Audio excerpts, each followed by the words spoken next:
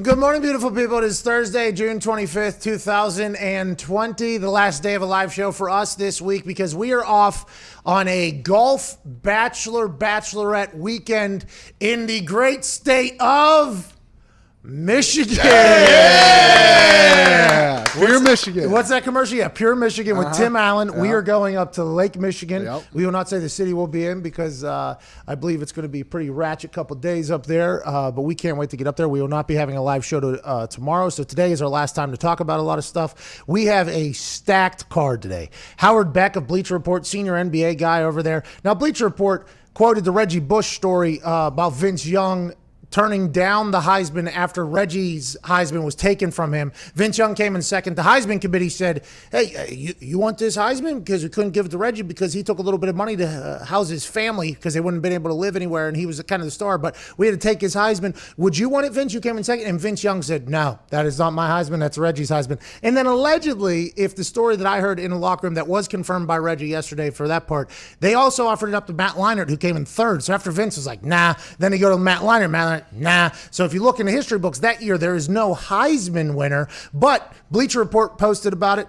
They gave me credit in about maybe size 2 font. Maybe size 2 font up in the. Hey, Bleacher Report. Listen, we all live on the internet, okay? You guys got yourself in trouble with the quoting thing because everybody thought you made Brett Favre's quote yesterday because of how bad you guys are. You guys are a trash company right now. Don't just abide by the rules of the internet just a little bit. Your CEO has to step down. There's a town hall allegedly where a lot of questions are asked. Just quote some people. We like Bleacher Report. Oh yeah. Hey, Big Meech is our guy over at Bleacher. Lefko? We're talking to our guy Howard Beck, who we've never met before. Doesn't have a lot of action on his Twitter account, although he has 198,000 followers. But he is a senior NBA guy. I like him. We like Lefko. But the way you guys are operating on the internet, I think everybody on the internet would be like, that's not how the internet operates. Could be an identification problem. Bleacher Report. You guys think you're a TV company, not an internet company. You guys aren't acting as such. I'll ask Howard Beck about that. Also, Ian Rappaport reported news that was already broken last week that all NFL training camps will be opening on July 28th. I heard that information from a source. A source told me that about a week and a half ago that July 28th is the reporting date. Joining us in studio, I'm not saying this guy was the source. I would never give up my source, but a man who is potentially going to go into his 12th season in the NFL, Mr. Alan Quay, A.Q. Shipley. Yeah! AQ, you had a heads up from me, I assume, about the July 28th training camp check-in? I was told by you, who told me, who I told you, Yeah. and you told me. Yeah, you did tell me that Yeah. news after I already said it. You weren't the source, obviously. You would not leak things like that to me. That is not how a friendship relationship would work. No. But how did you know that was going to happen? If it wasn't from me, was there a memo sent out for the NFLPA and the NFL? Like, how have the conversations gone? You've been in the league 11 years now, okay? You're a guy who's a current free agent. You have a couple options to kind of figure out what you want to do going into the season. But right now, we're in a different time. Adam Schefter just reported that the Hall of Fame game was canceled. Real shame for those players that didn't have to play in that game. I bet you they're very upset about that. That was the most miserable game I've ever played Ever. in my entire life. And I never even stepped foot on the field. But you got to go to training camp a week early. Yep. You got to act like you're doing stuff for 6 days until the Hall of Fame game. And then after that, it's like, okay, now training camp begins. But it's all a big waste of time. They canceled that game. So now everybody's like, well, the NFL is bowing down to COVID-19, which they were never going to do. I think getting rid of the Hall of Fame game is potentially not bowing down, but maybe saying, like, you're welcome to the players. Like, we're going to go through some stuff here. You don't have to play in this game that means absolutely nothing. Although Hall of Fame game weekend is getting postponed, which I enjoy watching Hall of Fame. I like the speeches. I like doing all that. Hall of Fame game is something that we can all just kind of get by. But for you, what has the conversation been like? Do you guys just get like an email, like a heads up, like, hey, if you haven't noticed, like in Phoenix, where you live, the COVID-19 cases are just skyrocketing, so we have to be a little bit more careful. Is that an email that you get? Like, what are the players getting right now? Yeah, I mean, I don't know really exactly what the players are getting. I'm not a current player right now, so I'm not getting a lot of this stuff. So I'm getting a lot of the hearsay from the guys, right? So I think it's all been just constant communication amongst teams and players, and I've just kind of been getting the second win conversations from everybody else. Because you're not currently on a team. Yeah. So friends of yours that are on teams are like, hey, this is what we're hearing, conversations, group text messages, stuff like that. Bingo. July 28th is reporting for everybody's training camp. I heard from you, which then I told you, and you told me, and then and Rappaport gives us no credit. Unbelievable. Rappaport gives us no credit. Learn the internet. Learn the insider game. I mean, geez. I will say this. Training camp since the beginning of time report July 27th to roughly August 1st. So I wasn't exactly talking rocket science. Yeah, it wasn't. When I broke that news with AJ Hawk, McAfee and Hawk Sports Talk, AJ laughed in my face whenever I broke that news. I was like, AJ, just wait. This is breaking news here. And AJ was like, well, isn't this always when we report training camp? I'm like, yep, but every year it's a breaking news thing. That's just the way it goes. See, but the thing is it's usually... it's based off your first preseason game, right? So if you play on a Thursday, you report on a Wednesday or whatever it is, right? If you play on a Friday, Thursday. There's a window. 15 There's days. that window, right? So everybody reports on different dates. It's like 7 teams, whatever it is, right? And so this time it's every team on this date. So that's like that's a first, right? And are rookies checking in earlier? I think they're like a week earlier. So because the rookies always have a week in advance, both OTAs wise, they're in there as soon as they get drafted, and then for training camp, they always have like a rookie mini camp a couple days beforehand, where they kind of get learned up, run their conditioning tests and all that stuff. A week ahead of time, that'll be July 21st. That'll be early. It's coming up real quick. How you feeling? You feeling fat or in shape? I feel great. You look good. See, this is the thing that like most people don't realize. If you took advantage of this time to train, normally you go through, the OTAs and the minicamp, and most of the work is on field, right? So you miss that window of lifting. So you lift all that offseason to get ready for OTAs, and then it's basically like 2 days a week or whatever it is just to kind of maintain because the focus is on field. Meeting, walkthrough, all that field. Stuff. That is the focus as opposed to your body. As opposed to lifting and doing all that stuff. So you kind of you lose a little bit there, and then you got to ramp it up again right before training camp. Well, if you took advantage of this time, you could be in some pretty stupid shape right now, which I think a lot of guys have. Well, Aaron Rodgers talked about that. Whenever he gave his interview, he said that, this is actually providing quite an opportunity for him to work on himself more than he's ever worked in the past. Now, he doesn't have any kids, right? So I was always like, well, that's probably nice for you. You have a hellion of a daughter running around that house of yours out there in Arizona. I mean, she is going to be a problem. Yeah, big problem. Fatherhood's been no interruption, though. It's actually it's been awesome. And I mean, my wife Sherry, she's still working, so we have a nanny that kind of comes over that helps us until she's done with work, which I use that time when she's over to do my workout. So basically, when I'm done with my workout, she's done with work, and then we resume kind of parenting. How are you working? You look now. Listen, you're a human. It's got short arms. All right, you're a bit of a stocky guy. It's tough to get this coffee cup. Okay. But you look like you're in the best shape I've ever seen you in. And to be honest, during the FaceTimes, because your neck and traps are so big, I thought you were a big blob. I thought you were a big old blob. You're telling me you were working out all this time, and every FaceTime it gives you it's an awkward shot. I'm like, he doesn't look like he's like, you shut up. You look like you're in the best shape I've ever seen you in. Thanks, man. I feel good. Yeah, I'm 295. I've Woo, normally played at like 310, 315 early in my career. Hell yeah. Hell yeah! Finish! 310! Yeah! 310! Which, might I say, never really felt great. The body. I just had to weigh it because that's kind of what I was always told to do and trained, and I was always in good enough shape at that weight. But then I have this knee injury 2 years ago, and I work hand in hand with our strength coach out in Arizona. And he's like, listen, it's going to be better if you lose a little weight on this knee. Called you fat. Yeah, it's basically what he said, but it's okay. It ended up working out really well. I ended up getting down to like 296 for report date last year, and I've never felt better. And so from that point forward, I was just like, all right, I'm going to keep it off. I'm going to stay here and go from there. Yeah, but you put some on for sure when season ends. For sure. You have to. I haven't been over 300 since the season ended. Wow. Because you're a free agent? No, when I was younger, the reason the weight would go on is because we'd take that month and we'd have fun. Live. Lots of fun. There was no live. thinking. It was just going. Yeah. And I'm just past that point. So now it's just like I've gotten past the point where I wanted to gain the 20 to lose the 20. It was just like, just keep it off. One of my favorite things about you was the night before weigh-ins every single week where you would lose a quick 15, 20 by just making yourself poop everything inside of your body. I was a UFC wrestler. Like a UFC fighter / wrestler. Okay, there you go. You knew what I meant. Well, I just want to you look like stooge people. Not me. That's okay. They're going to call me it anyway. Yeah, true. Very, very true. Yeah, that was my whole thing, man. I'd have fun. After the games, I wouldn't think about anything. I would just eat and have fun until Thursday, and then sauna, magnesium citrate. He'd come in and he would these bags under his eyes. Okay, you just look absolutely terrible on Thursday. By that point, the hangover's already gone from the celebration or whatever it is. So the first couple weeks, I was like, man, you look terrible or whatever. He's like, I didn't sleep much last night. What were you doing? He's pooping. I was like, you sick? He's like, yeah, that's what it is. And then the next week, same thing. I was like, well, you look terrible again. Are you get sick again? He's like, I don't get sick bad. I take the thing that you take before colonoscopy, so you poop everything out. I'm trying to lose all this weight because it was like $1,000 a pound or something, right? I mean, there's a heavy fine if you're overweight in the NFL on weigh-in days on Friday. So I'd take this drink. I'd have rough night, and then set the alarm for like 4:30. Get over to the facility, hop in the sauna, go back and forth between sauna, hot tub. I mean, I'm literally training like I'm a UFC fighter. Oh man, I'm 2 pounds over. Here we go. Let's keep it going. $2,000, by the way. Yeah. You look at the sauna, then you look at the scale. Is that thing worth $2,000? Yeah, it is, actually. I could just go sit in there and probably sweat this thing out. But then the game's Sunday. So you're exactly like a UFC fighter. Now you got to dump fluids back into your body. Yep. By Sunday, whenever you're going to be a center taking on a guy who didn't have to lose weight, just probably has a six-pack at D-tackle somehow, and you're just coming back to your full form, get a win, have a great performance, going into your 12th year, and then let's start that thing right back over again. Let's go ahead. It was just a never-ending cycle, man.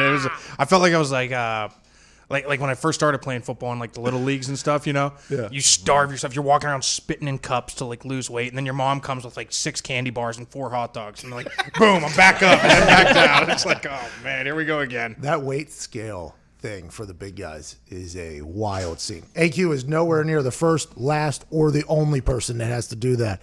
It would be now Chip Kelly of Philadelphia. He flipped the game. He was weighing people in every single morning, taking your piss every single morning. So they would check your hydration level every single morning. You'd have to pee in a cup in front of somebody. They check your weight every single morning, and they just wanted to know like who was committed to the team. And then they had a big bill. I think they had a big board of who was like in the red, who was committed to the team. And as soon as we heard that when he got to the Eagles, because he obviously had a lot of success with Oregon, and I don't know him personally, but I met him once just whenever we called the UCLA game, but I don't know him. But when he had all that success in Oregon, then he came to the Eagles. I think a lot of people were very intrigued to see how this worked, right? Because the Lamar Jackson style offense now was not in back then in the high speed run and gun, which is what Oregon was with Chip Kelly. When he got to the NFL, nobody knew how it was going to be. And then players started getting messages from players that were in the Philadelphia locker room about what's going down. They're like, dude, we're peeing in a cup every single morning. We're weighing in every single morning. There is no breakover. They got shakes made specifically for them. If you need to add weight, they'll add more things. Their entire life was like whatever. And I think that was the day where we were all like, well, Chip Kelly's not going to last in the NFL. That is not going to happen. And I think that was also the day we realized that I would never last. That was one of those situations. He did have a good run there, but everybody knew that it wouldn't last 16 games. Like, that is just not going to last 16. That's not sustainable. All the other boys are here as well. Nick Moraldo's here. Tone Diggs is here, looking fantastic. Ty Schmidt is here. Jason McAfee, who picked the Sydney Swans just yesterday. Yikes. They got their holes of asses blown out this morning by the Western Bulldogs and Bailey Smith, who's a 19-year-old with one of the most electric mullets I've ever seen. Jay, are you thinking about maybe getting off the Swans bandwagon and finding another bird? No. They stink, Jay. I'm going to stand by it. Okay. Wow. Nice. The Western Bulldogs are hot right now. The Western yeah, Bulldogs are very hot. Good team. They got a good flow going, and that mullet on Bailey Smith, who's just a 19-year-old, is awesome to watch. Viva Lazito, how are you feeling, pal? The Suns are in third place now. Oh, yeah. I feel amazing. You know, I'm making a highlight tape right now for this weekend coming up. Oh, no. And I can't wait. Bro, Zito is working. Okay, he works for us during the day, and then at night he's working for the Gold Coast Suns or whatever the hell their name is over in Australia. Gold Coast, oh yeah. Yeah, pulling double duty Good over pumps there. over there. Now, I will let you know that somebody in this office is loved more than anybody else over in Australia, and it's not you, Zito. It's not at Evan Foxy, even though the Fremantle fans really love Foxy's appreciation and support. Good haircut, by the way. Thank you. Foxy's handsomeness got him out of a parking ticket with a man yesterday. Yeah. Makes sense. Is that unbelievable? That's business, baby. Nah, you don't even know what it's like. That guy, no filter, ever having to use ass, getting out of these parking tickets with his face and his hair. Unbelievable. A guy that's never been able to do that. Answering the phones, 1-833-622-3331. Boston Connor, how you feeling, bub? I feel good. I actually gave myself a haircut yesterday, and it is pretty good if I don't say so myself. It's not terrible. I mean, there's a very clear line of where you messed up. You can see your failures right on the side of your head, but it doesn't look bad. Huh? See, that's the thing. I didn't really mess up on the side of the head, but the back of the head, I unfortunately might have nicked it a little bit right there. Yeah. It's, Barbershops are open. it's not bad. Yeah, you're allowed to use barbershops now. And by the way, I think a lot of barbers giving very cheap cuts because they were out of business for a while. Yeah, I'm picking up a new skill though. Cutting my own hair. Are you kidding me? Not many people can do that. I would love to cut my own hair every time. I would say there's about a 100% chance that 99% of the people on this earth could do what you did to your hair. No Yeah. chance. Yep, I'm saying it. Do you not? No, there's no way. This hair is very hard to take care of. It doesn't look like much, but it's very hard. It is beautiful. What's on your board today? Excited to chat about it. You guys mentioned already. The Hall of Fame game should be canceled every year. It should be. I think so. AQ, I don't think there would be one single ounce of pushback by anybody, coaches included, trainers, equipment managers, players. The only people that would be upset is potentially the Hall of Fame people, who that game just adds a little bit more spotlight onto the weekend. But can't they do like a Legends contest of some sort on Thursday? Something like that. That game is hated by... I had somebody tweet me and AJ Hawk, because me and AJ had the same sentiment as you, by the way, because we've played there, we've been in the league, we've experienced it a little bit. I've done a lot less action than you guys have, but I've watched people who've had to do it, right? And we bashed it. We're like, that game is the worst game. Like, it is just no fun for anybody. We respect the hell out of Hall of Famers. It is not, that is the top of the top, but the Hall of Fame game has become something that nobody, it's stupid, it's pointless, it's worthless.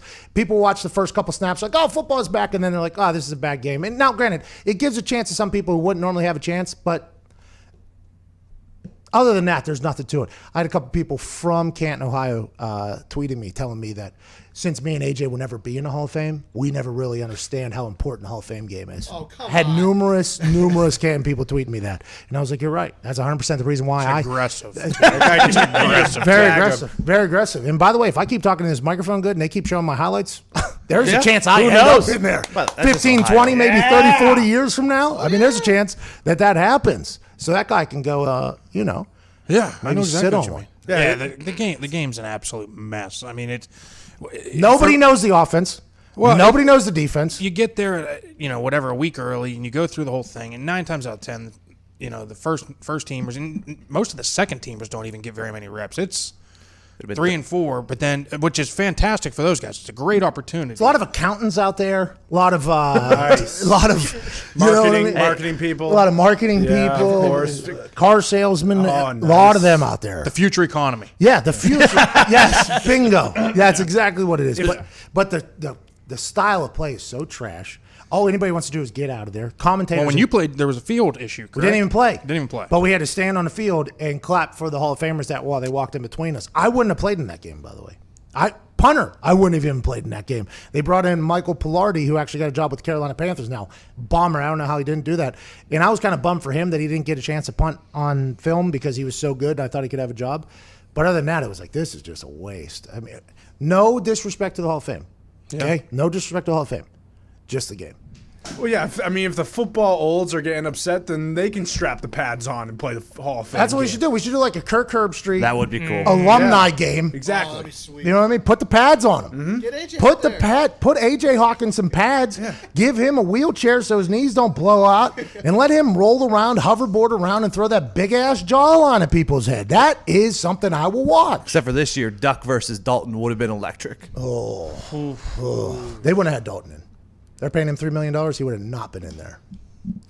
That's probably a good way to judge who's going to play in the Hall of Fame game. If there is 7 figures in the country, there is no chance they are playing on this high school field in Ohio. That is just how much is he? 3? No, do not even think about putting him out there. Well, you're going to get that McDonald's guy to come off the edge and hit him? No way are we. No way.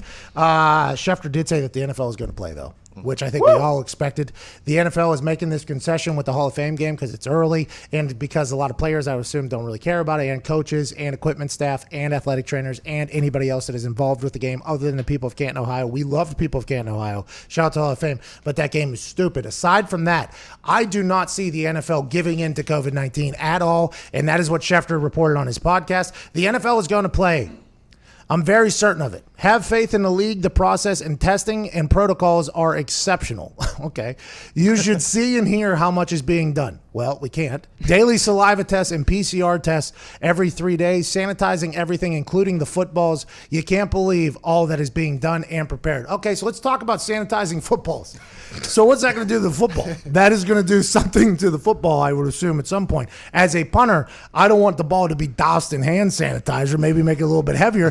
But AQ, I mean, literally, if you're a center, you're licking your fingers. Quarterbacks lick their fingers. I mean, they can put in all the protocols they want. People are going in football. You are going to share. I mean, you're going to share DNA with each other. I mean, that's just what is going to happen. So I appreciate whoever said this to Schefter. I think it was an unnamed source is saying all these protocols are happening. I just think the NFL is going to happen because the NFL is going to happen. That's just what the NFL is going to do. But I don't think anybody's going to be able to get around the COVID-19 situation. It's going to be tough. I mean, you have to, like, again, I was just licking my fingers, but it's like, let's just do the math here, right? I lick my fingers, touch the ball. Okay, hold on. Snap to the quarterback. Yep. Quarterback now has that, correct? Yeah. He throws it to a receiver. Receiver tips it. Receiver touched it. He got it.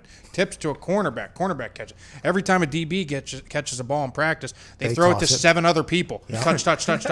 Half the team. Boom, done. Okay, now, hold on now. Equipment manager, go pick up that ball to respot it, but hand sanitize it first. You got it. Let me get the hand sanitizer down from somebody else. Trainer. Okay, trainer has it. Now we got 10 people with COVID-19 potentially, even though the protocols are in there. And this is what the PGA Tour commissioner said just yesterday.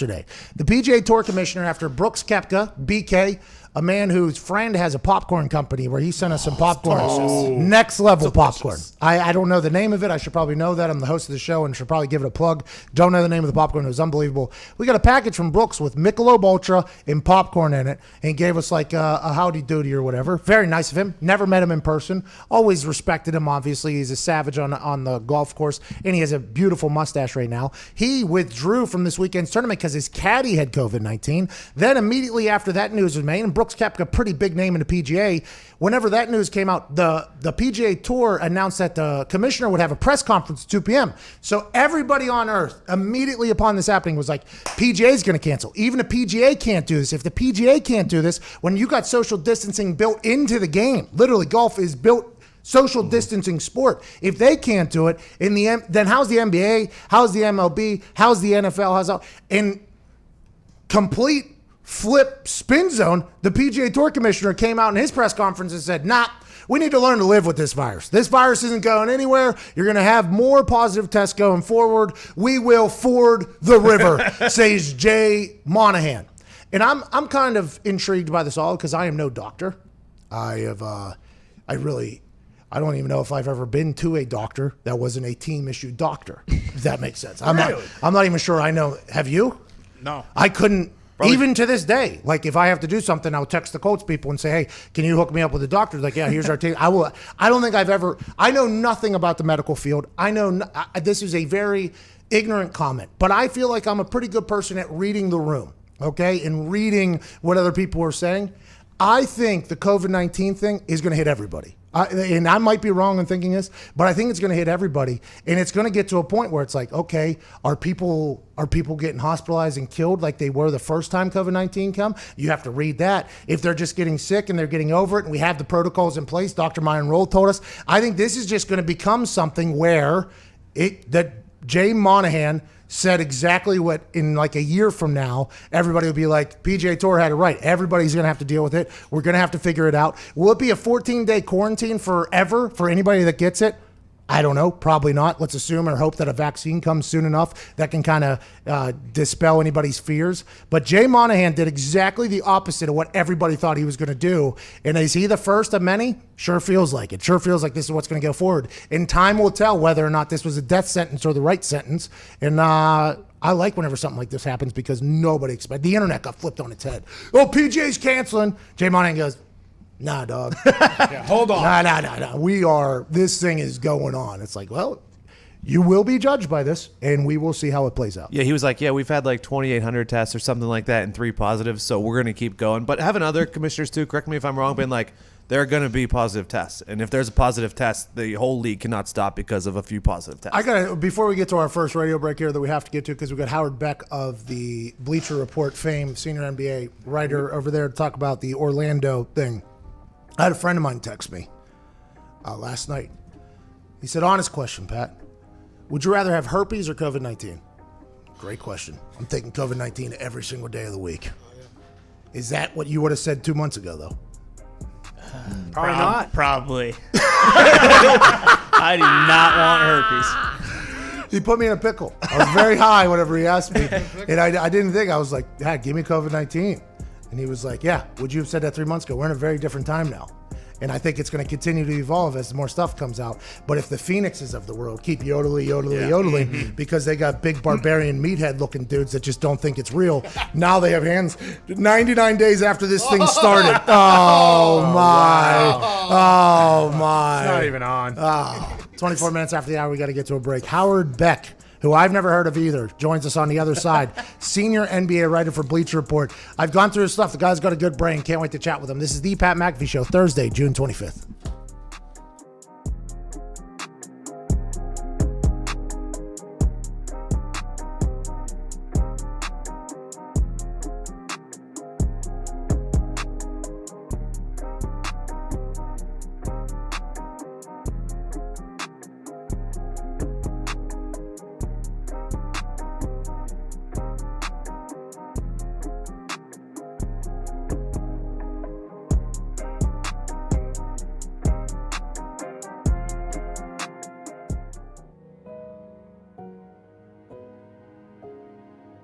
I could see how a guy like Richard Sherman, who's been in the league a long time and has had success, could be like, hold on. This young little isn't going to dap me up. But on the flip side, Baker's like, well, you're enemy number one for me. Because that's how Baker has always operated. And now Richard Sherman says, so you don't see any difference in the way I shake everyone else's hand, and the guy who stands back with the petty shake was BS, and I took offense to it, then turns and runs off. It's not that big of a deal. It swept the nation yesterday. It was controversy like no other controversy in the NFL world. Joining us right now, Richard Sherman. Everything you do and say is going to get talked about. Do you agree? I would agree. Baker Mayfield is also a man that everything he does and says is going to get talked about. Do you agree? I wouldn't agree as much, but sure. So I put my hand out, just out of courtesy. And he gives me a little petty slap on the hand. And I took it as disrespect. People can say, oh my God, he shook your hand. Like, what? Oh my God, you were wrong. You can say whatever you want. I don't give a damn. Is there anything you'd like to say? Like, hey man, I apologize for the misquote there. I did see on video the dap up, although it was a bit petty. I apologize for everything that happened, or are we just moving forward? Oh, it's going to be a bit of both. It's definitely my bad. I never want anybody to have to deal with some shit some stuff that they didn't do, And so I'll probably reach out to them via text or social media to actually get a hold of them and talk to them in person. First off, that was a great name y'all came up with, like DapGate. I was crying laughing. But yeah, he definitely deserves an apology, and that's my bad on that. Richard, I'll tell you what, bro. To show the humility right there to say, hey, my bad on that entire thing. Once I watched the film back, it was different than what I thought. I think a lot of people are going to have a lot more respect for you. They should at least.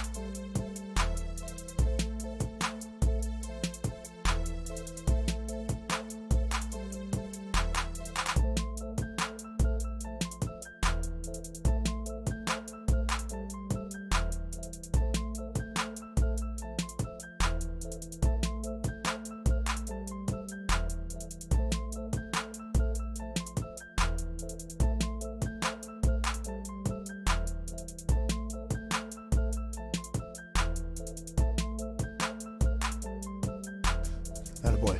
What's the number one sign of a bad home security system? Doesn't secure anything. Pretty much. A home security system that's so complicated you can never use it. Oh, yeah, that makes a lot of sense. That's the number one sign. This is exactly the type of security system SimpliSafe has spent a decade fighting against. They believe that simple is safer, and it's exactly why SimpliSafe is the home security for right now when feeling safe at home has never been more important.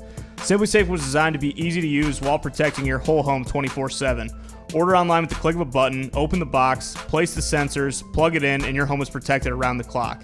No technician or salesperson has to come and disrupt your house. You don't need to pay any outrageous monthly fees or sign a 2-year contract. Nice. And it's why SimpliSafe was named the best overall home security of 2020 by U.S. News and World Report. Wow. And their 24/7 professional monitoring and emergency dispatch starts at 50 cents a day. Hey, 50 cents a day for some comfort and security? $1 every 2 days. Head to SimpliSafe.com/Pat and get free shipping and a 60-day money-back guarantee. It is $1 every 2 days, Connor. Wow. Nothing. That's SimpliSafe.com/Pat to make sure they know our show sent you. Thank you, Ty. Thank you, SimpliSafe, for keeping us safe. Breaking news this morning, Vince Carter has officially announced his retirement. Living legend Vince Carter. Boy, Vince. Everybody remembers his dunks at next level. He's played for 22 years in the NBA. I mean, absolute stud. We got a chance to watch him. The Atlanta Hawks took on the Bucks. The Milwaukee Bucks. We got to see Giannis and Vince Carter. As soon as Vince Carter came on the floor, everybody in Atlanta just started to buzz. He had a couple fadeaways, took it to the rack in his 22nd year. Congrats to Vince Carter. You're going to enjoy the hell out of retirement. I would assume whenever you're in the NBA, though, for 22 years, that the adjustment to retirement could be a little bit of an interesting one. I hope Vince Carter gets over that quickly. What a legend of a man that everybody that has ever watched him do any. How about him when he just took off over that guy? I mean, that is still one of the most legendary, iconic moments in the history of sport. Congrats to Vince Carter. First player to play in 4 decades, 90s, 2000s, 2010s, and 2020 this year. Guaranteed Hall of Famer in the NBA. What's You that? throw him your top 10 most explosive? Oh, we will talk. Yes, though, by the way. Yeah. Yes, Yeah, Vince Carter, top 10 most explosive. I mean, number one is Zion Williamson, the most explosive human to ever exist on our planet Earth. Mike Tyson, 1A, okay, because of what he was able to do. Mickey Mantle. Haven't put. See, stop. All right, we are going to get now to senior NBA writer for Bleacher Report. He hosts the Full 48 pod, and he's also can be found on SiriusXM NBA's channel. Ladies and gentlemen, Howard Beck.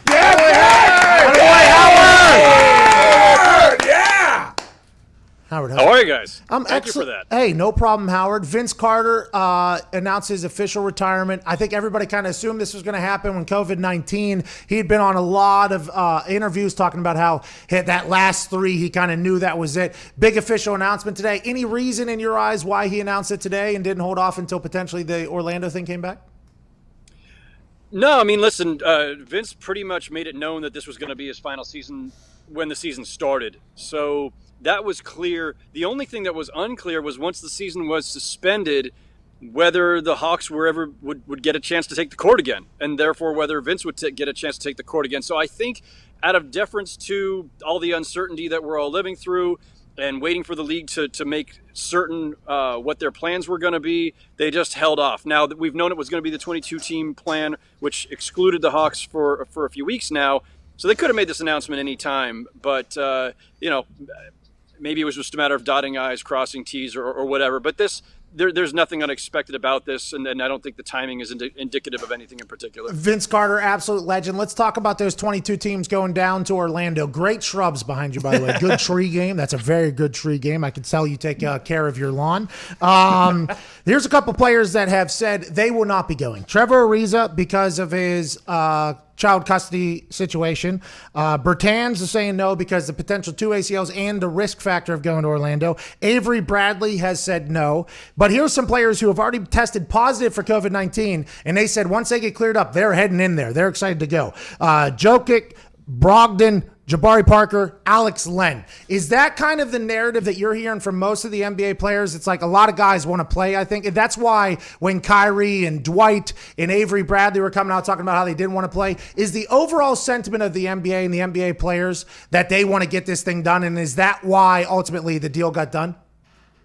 Well, this is a really personal choice, obviously. There are risks on a number of levels. There's the risk of the virus itself. There's the risk of then potentially carrying that virus and spreading it to family members.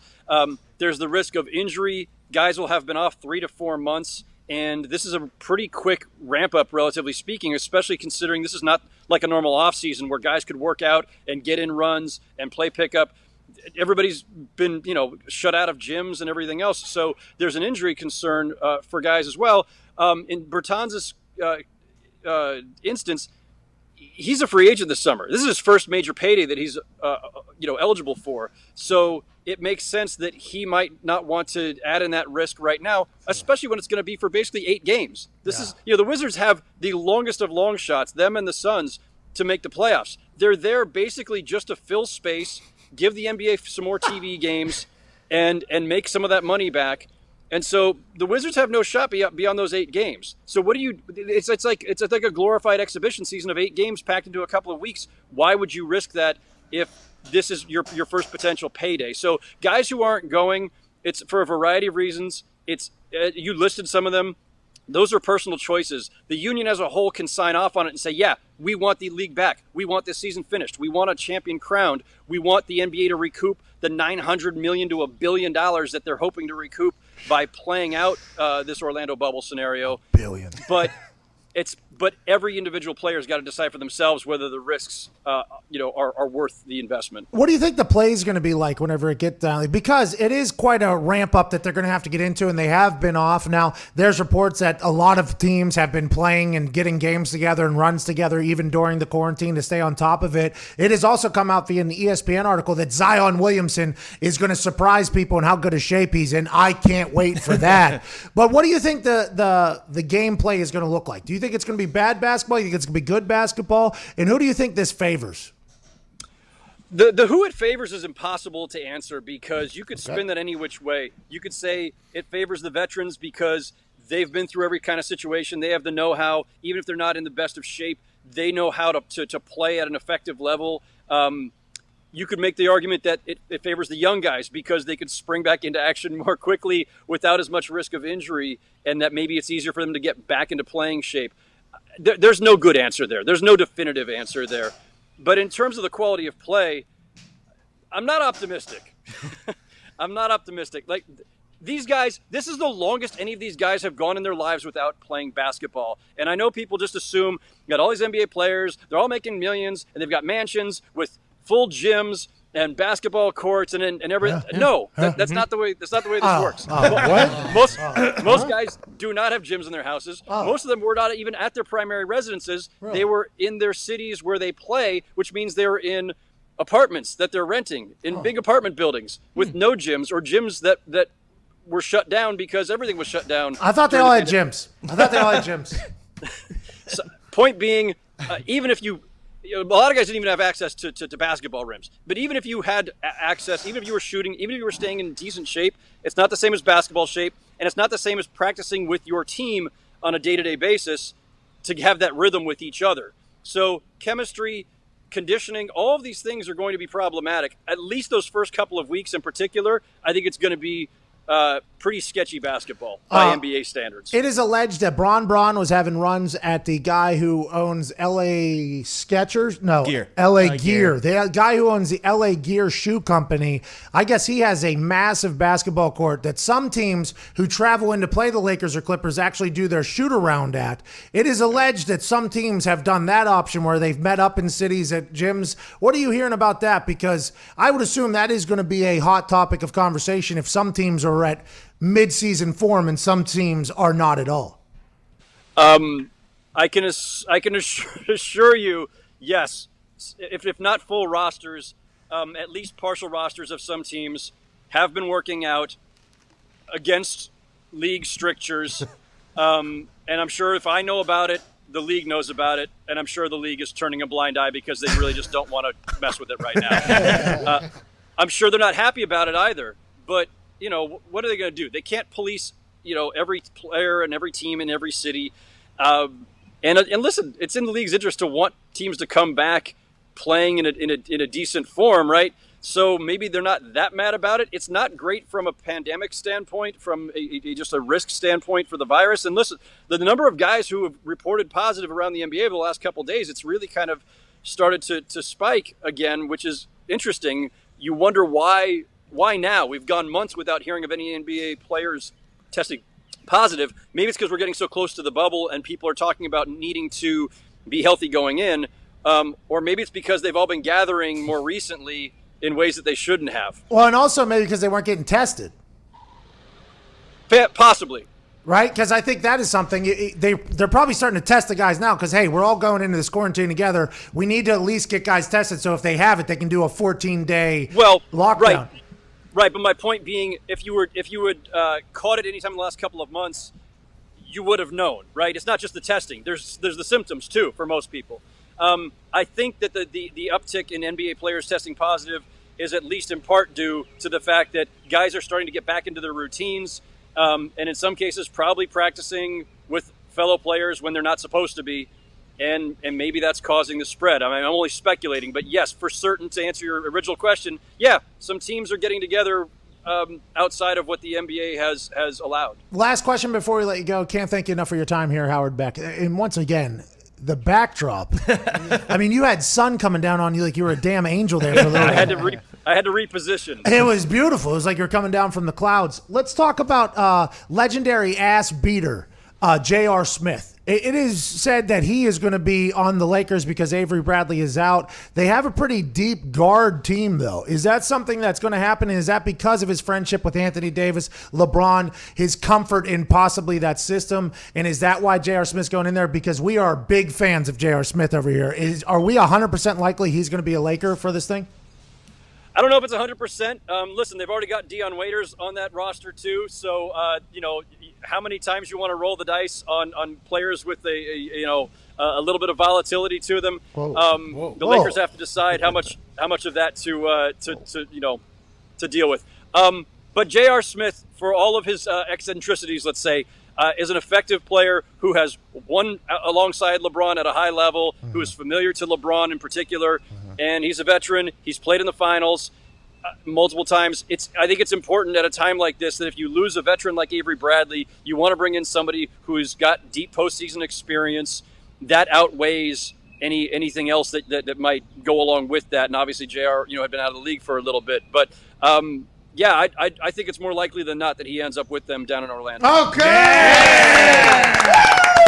All right, Howard, we appreciate the hell out of you, man. Ladies and gentlemen, from Bleacher Report and also the Full 48 pod. Is that what it is? Yes, sir. What's that? What is the Full 48 pod? The full 48 because, there's 48 minutes in an NBA game. You got to play the full 48. Anything less than that is, not a great effort. So that's the podcast 1 to 2 times a week. My guests are, players, coaches, fellow media members talking NBA. Nice. Well, we appreciate you so much. Ladies and gentlemen, Howard Beck. Thank you. Howard! Have a good one, Howard. Howard. Yes. Hey, you tell your people at Bleacher Report that are making these graphics that whenever they give me credit for something, I would like my name a little bit bigger. Me too. Ladies and gentlemen, Howard Beck. We got to get to our second break here on radio, 42 minutes after the hour. Good conversation there. Yeah. Didn't really learn anything new, but it was nice to get some things solidified. Yeah, informative. Affirmation. Yeah, J.R. Smith's going to be on the Lakers, by the way. Yes. Good news. Awesome. All right, we're back on the other side. We'll do some YouTube questions during the break at youtube.com/The Pat McAfee Show. If the YouTube stream gets to 3,000 likes, we will keep the 20% off the entire store all the way through the Bachelorette weekend. Wow! CFO Phil is here. He said we could do that. That's good news. Company's probably going to go out of business this weekend, but we're going to have a good time doing it. Start hitting the like, youtube.com/The Pat McAfee Show. We'll be doing questions during the break there. This is That Show, Thursday, June 25th.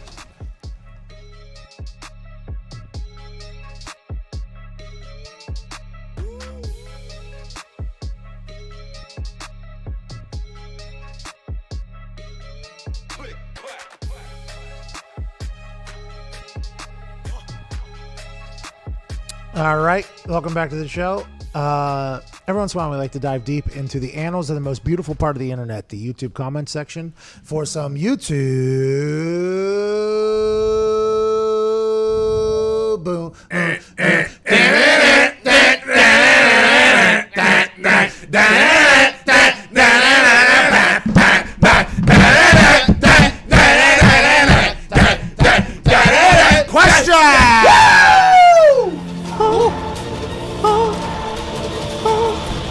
YouTube question. What do we got, Zeke? All right, coming from Garrett Berry here. Could AQ give us the rundown of the life of an NFL journeyman? Question mark. Yeah. Life of an NFL journeyman. What is that? Literally, this is something that I never knew, but I knew a lot of guys that had to do it. That is much more common in the NFL than those who become superstars as people bounce around team to team. What are some of the drawbacks there? I would assume it's kind of difficult unless you're, I don't know. I've been very fortunate. I've been very fortunate because I've been on 6 different teams, but I've really only had 3 coaches or 2 whatever it is, over the time of that thing. But a lot of times, if you go on 5 or 6 different teams, you have 5 or 6 different coaches, 5 or 6 different systems, 5 or 6 different cities you got to kind of get newly accustomed to, plus figuring that whole thing out. But, I mean, for me, it's been pretty solid just because I've been able to, every time I've moved teams, I've gone to familiarity, right? So how many times have you been cut? I've answered this before, but, the brains. Let's see, dude. I don't know. Dr. Will Smith I would say probably 10-ish, right? Yeah, I think it was like 13 or 14 last time. If you count this time. Trades. I think transactions, right? Transactions, yeah, like 13 or 14 times. Yeah. That's insane. The first couple times that happens, I assume you're heartbroken. Then once you get used to the business, you're like, hey, this is just how it's going to be. Well, and then you get in the locker room, and it's like you start hearing some of these people, and they're like, oh, well, he should definitely get cut. And you have a whole different perspective because you want nobody to get cut, right? Yeah. I've been in that situation, and honestly, the hardest day, and even for you who's really never been in that situation, right? I know for anybody that's been in this business that understands the work you put into it, right? That September 2nd, first day, whatever, when you cut from 90 to 53 or whatever it is, it's the hardest day of the year, right? People just disappear out of your life, by the way. See you later. Never see that guy again. It's literally like watching a cartel movie, right? You see people just getting dragged out of you're in the middle of a run and you're like, hey man, what's going on? You run the 50 and you come back and you're like, oh, never see that guy again. Gone. Somebody grabbed him. I just had lunch with this guy for 35 straight days. Yeah. We've been hanging out, having a good time. I learned about his family. Then, boom, never see him again. Hey, good luck, man. Have a good one. And then there's even times where you make the first 53. Then 3 days later, somebody else gets cut from another team. Then all of a sudden, you're gone. So you think you're safe. Monday, Tuesday comes around that first week. You're like, oh, I made the team. Everybody's like, congratulations. We're happy for you. You made the squad. And then Tuesday or Wednesday comes around. It's like, hey, by the way, somebody just got fucking freed up from the Packers. So I'm going to need you to get the fuck out. And then let me take it a step further from that, because then those people, after they get through week 1, they think they're great, but people don't understand the business of the NFL.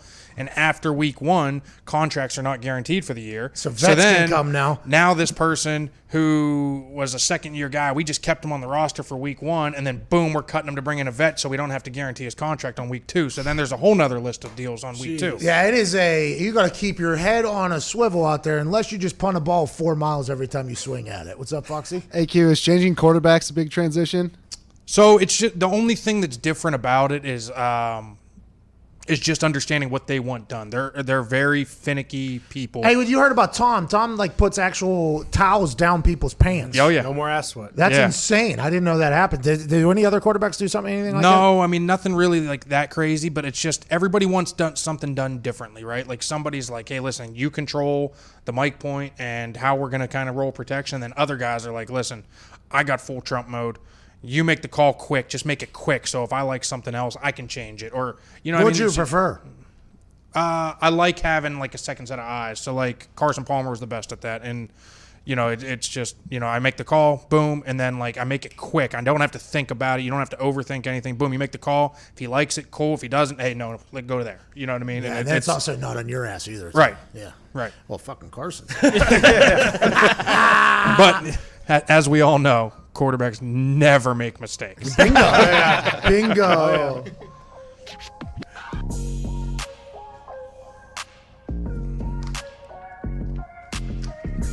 I got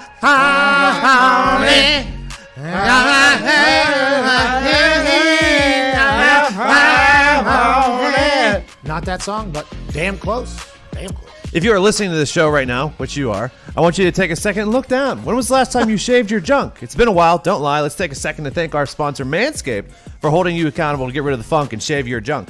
Manscaped is the only men's brand dedicated to below-the-waist grooming and hygiene. Manscaped is forever changing the grooming game with their Perfect Package 3.0 Essentials Kit, the perfect tools for your family jewels. The Perfect Package 3.0 kit comes with the new and improved Lawnmower 3.0 waterproof cordless body trimmer and a ton of other liquid formulations to round out your manscaping routine.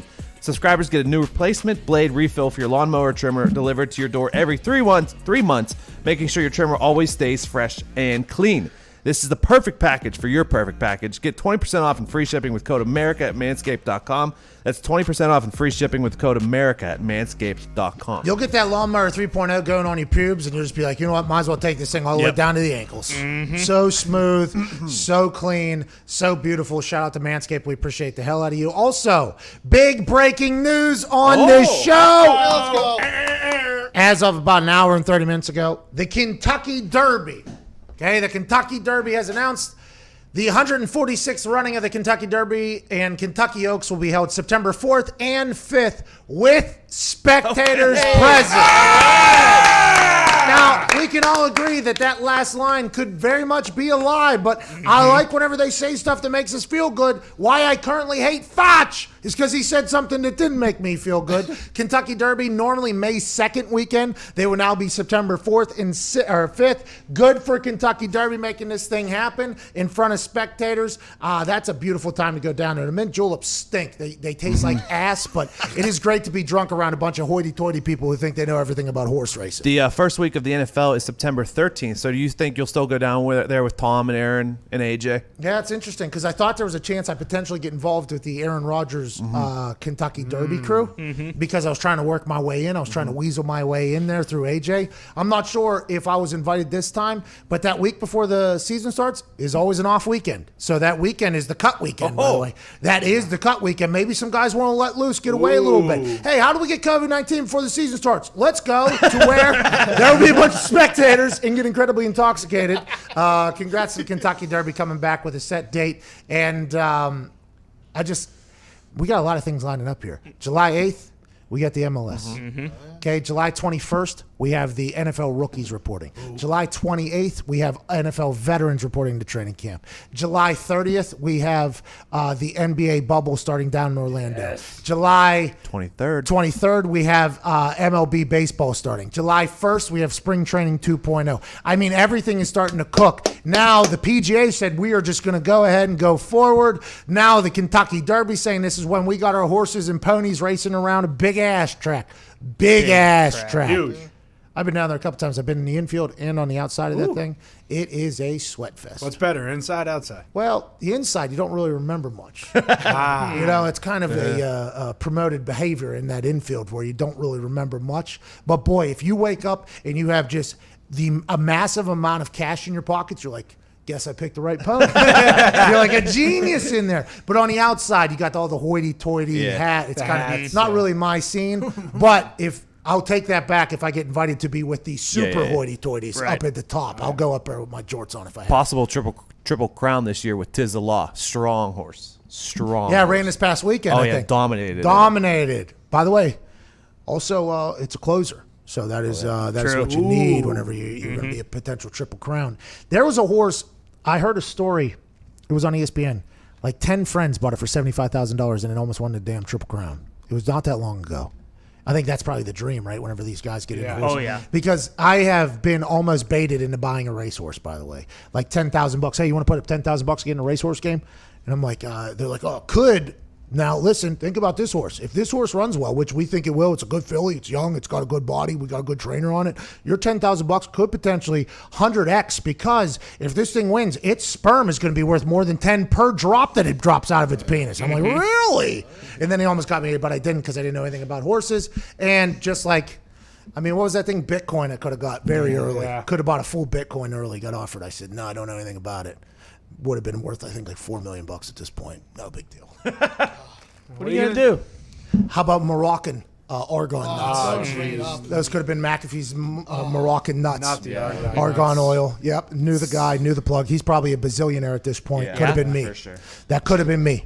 I actually met the guy in Morocco, got his information on a piece of paper, got his phone number, because he was telling me that these argon nuts make goats climb trees. They make women look younger. They make food taste better. Your hair shine brighter. Your skin is this. I was like, sir, let's take this to America. He said, let's do it. Gives me his phone number on a little piece of paper. I get drunk on a cruise, lose the paper. That guy makes $1 billion 1 year later. Could have been me.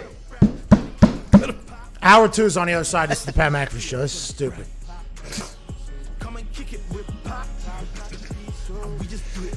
That's a real story, by the way.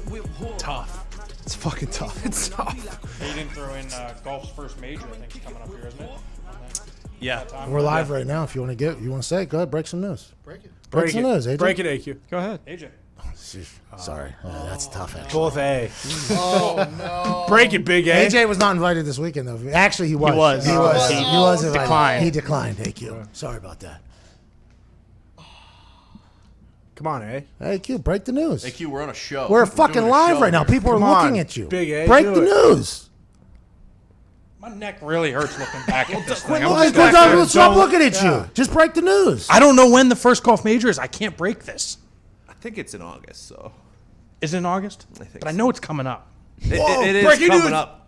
Hey, breaking news. Breaking news. One of the majors for the PGA, one day coming. after the tour commissioner said, we're just going to have to ford the river here with this whole COVID-19. One of its majors is officially coming up in the next couple weeks or months. August 6th through 9th. August 6th or 9th, okay. I found it. All I found right. it. That's what I was Attaboy, waiting AQ. for. I Way to couldn't go. break anything until I found Let's it. get to some phone calls. Here's Pete in Oregon. Pete, what's going on, bub? What's going on, Pat? Just hanging out, Pete. What do you got going on, bub? Not much. I just watched Athlete a documentary about the Larry Nassar story, and I wanted to hear your thoughts about weight cutting because AQ Shipley talked about it just now. I don't know what you're referring to, but we can talk about weight. Do you know what you're talking Yeah, about? do you want me to talk? I watched it last night. Yeah, let's. AQ will talk about this, Pete. Thanks for bringing this up. Anytime we get AQ to talk, it's good. What's going on, bub? All right, so just to give the listeners a little heads up on what this is, it's a great Netflix documentary, and it's about. Hey, good hosting there, by the way. Thanks. It's about the Larry Nassar, the doctor from and all the USA Gymnastics. Oh, no. Go green. Michigan State. No. Yeah, and so anyway, Go green. but what he's Not talking now, about is Pat. basically the Bella Caroli and the Marta Caroli, I guess, who were like the heads of USA Gymnastics. Like they ran this thing like a true like Sweatshop? weight cutting camp basically, and like they like weighed them daily. They made them lose all this weight. They forced them to do this. Basically, the one girl got sick, and they talk about it on the thing. She got the flu, whatever. She lost 6 or 7 pounds, and then they like came to her and were basically like, "How is like how do we make this 6 pounds permanent?"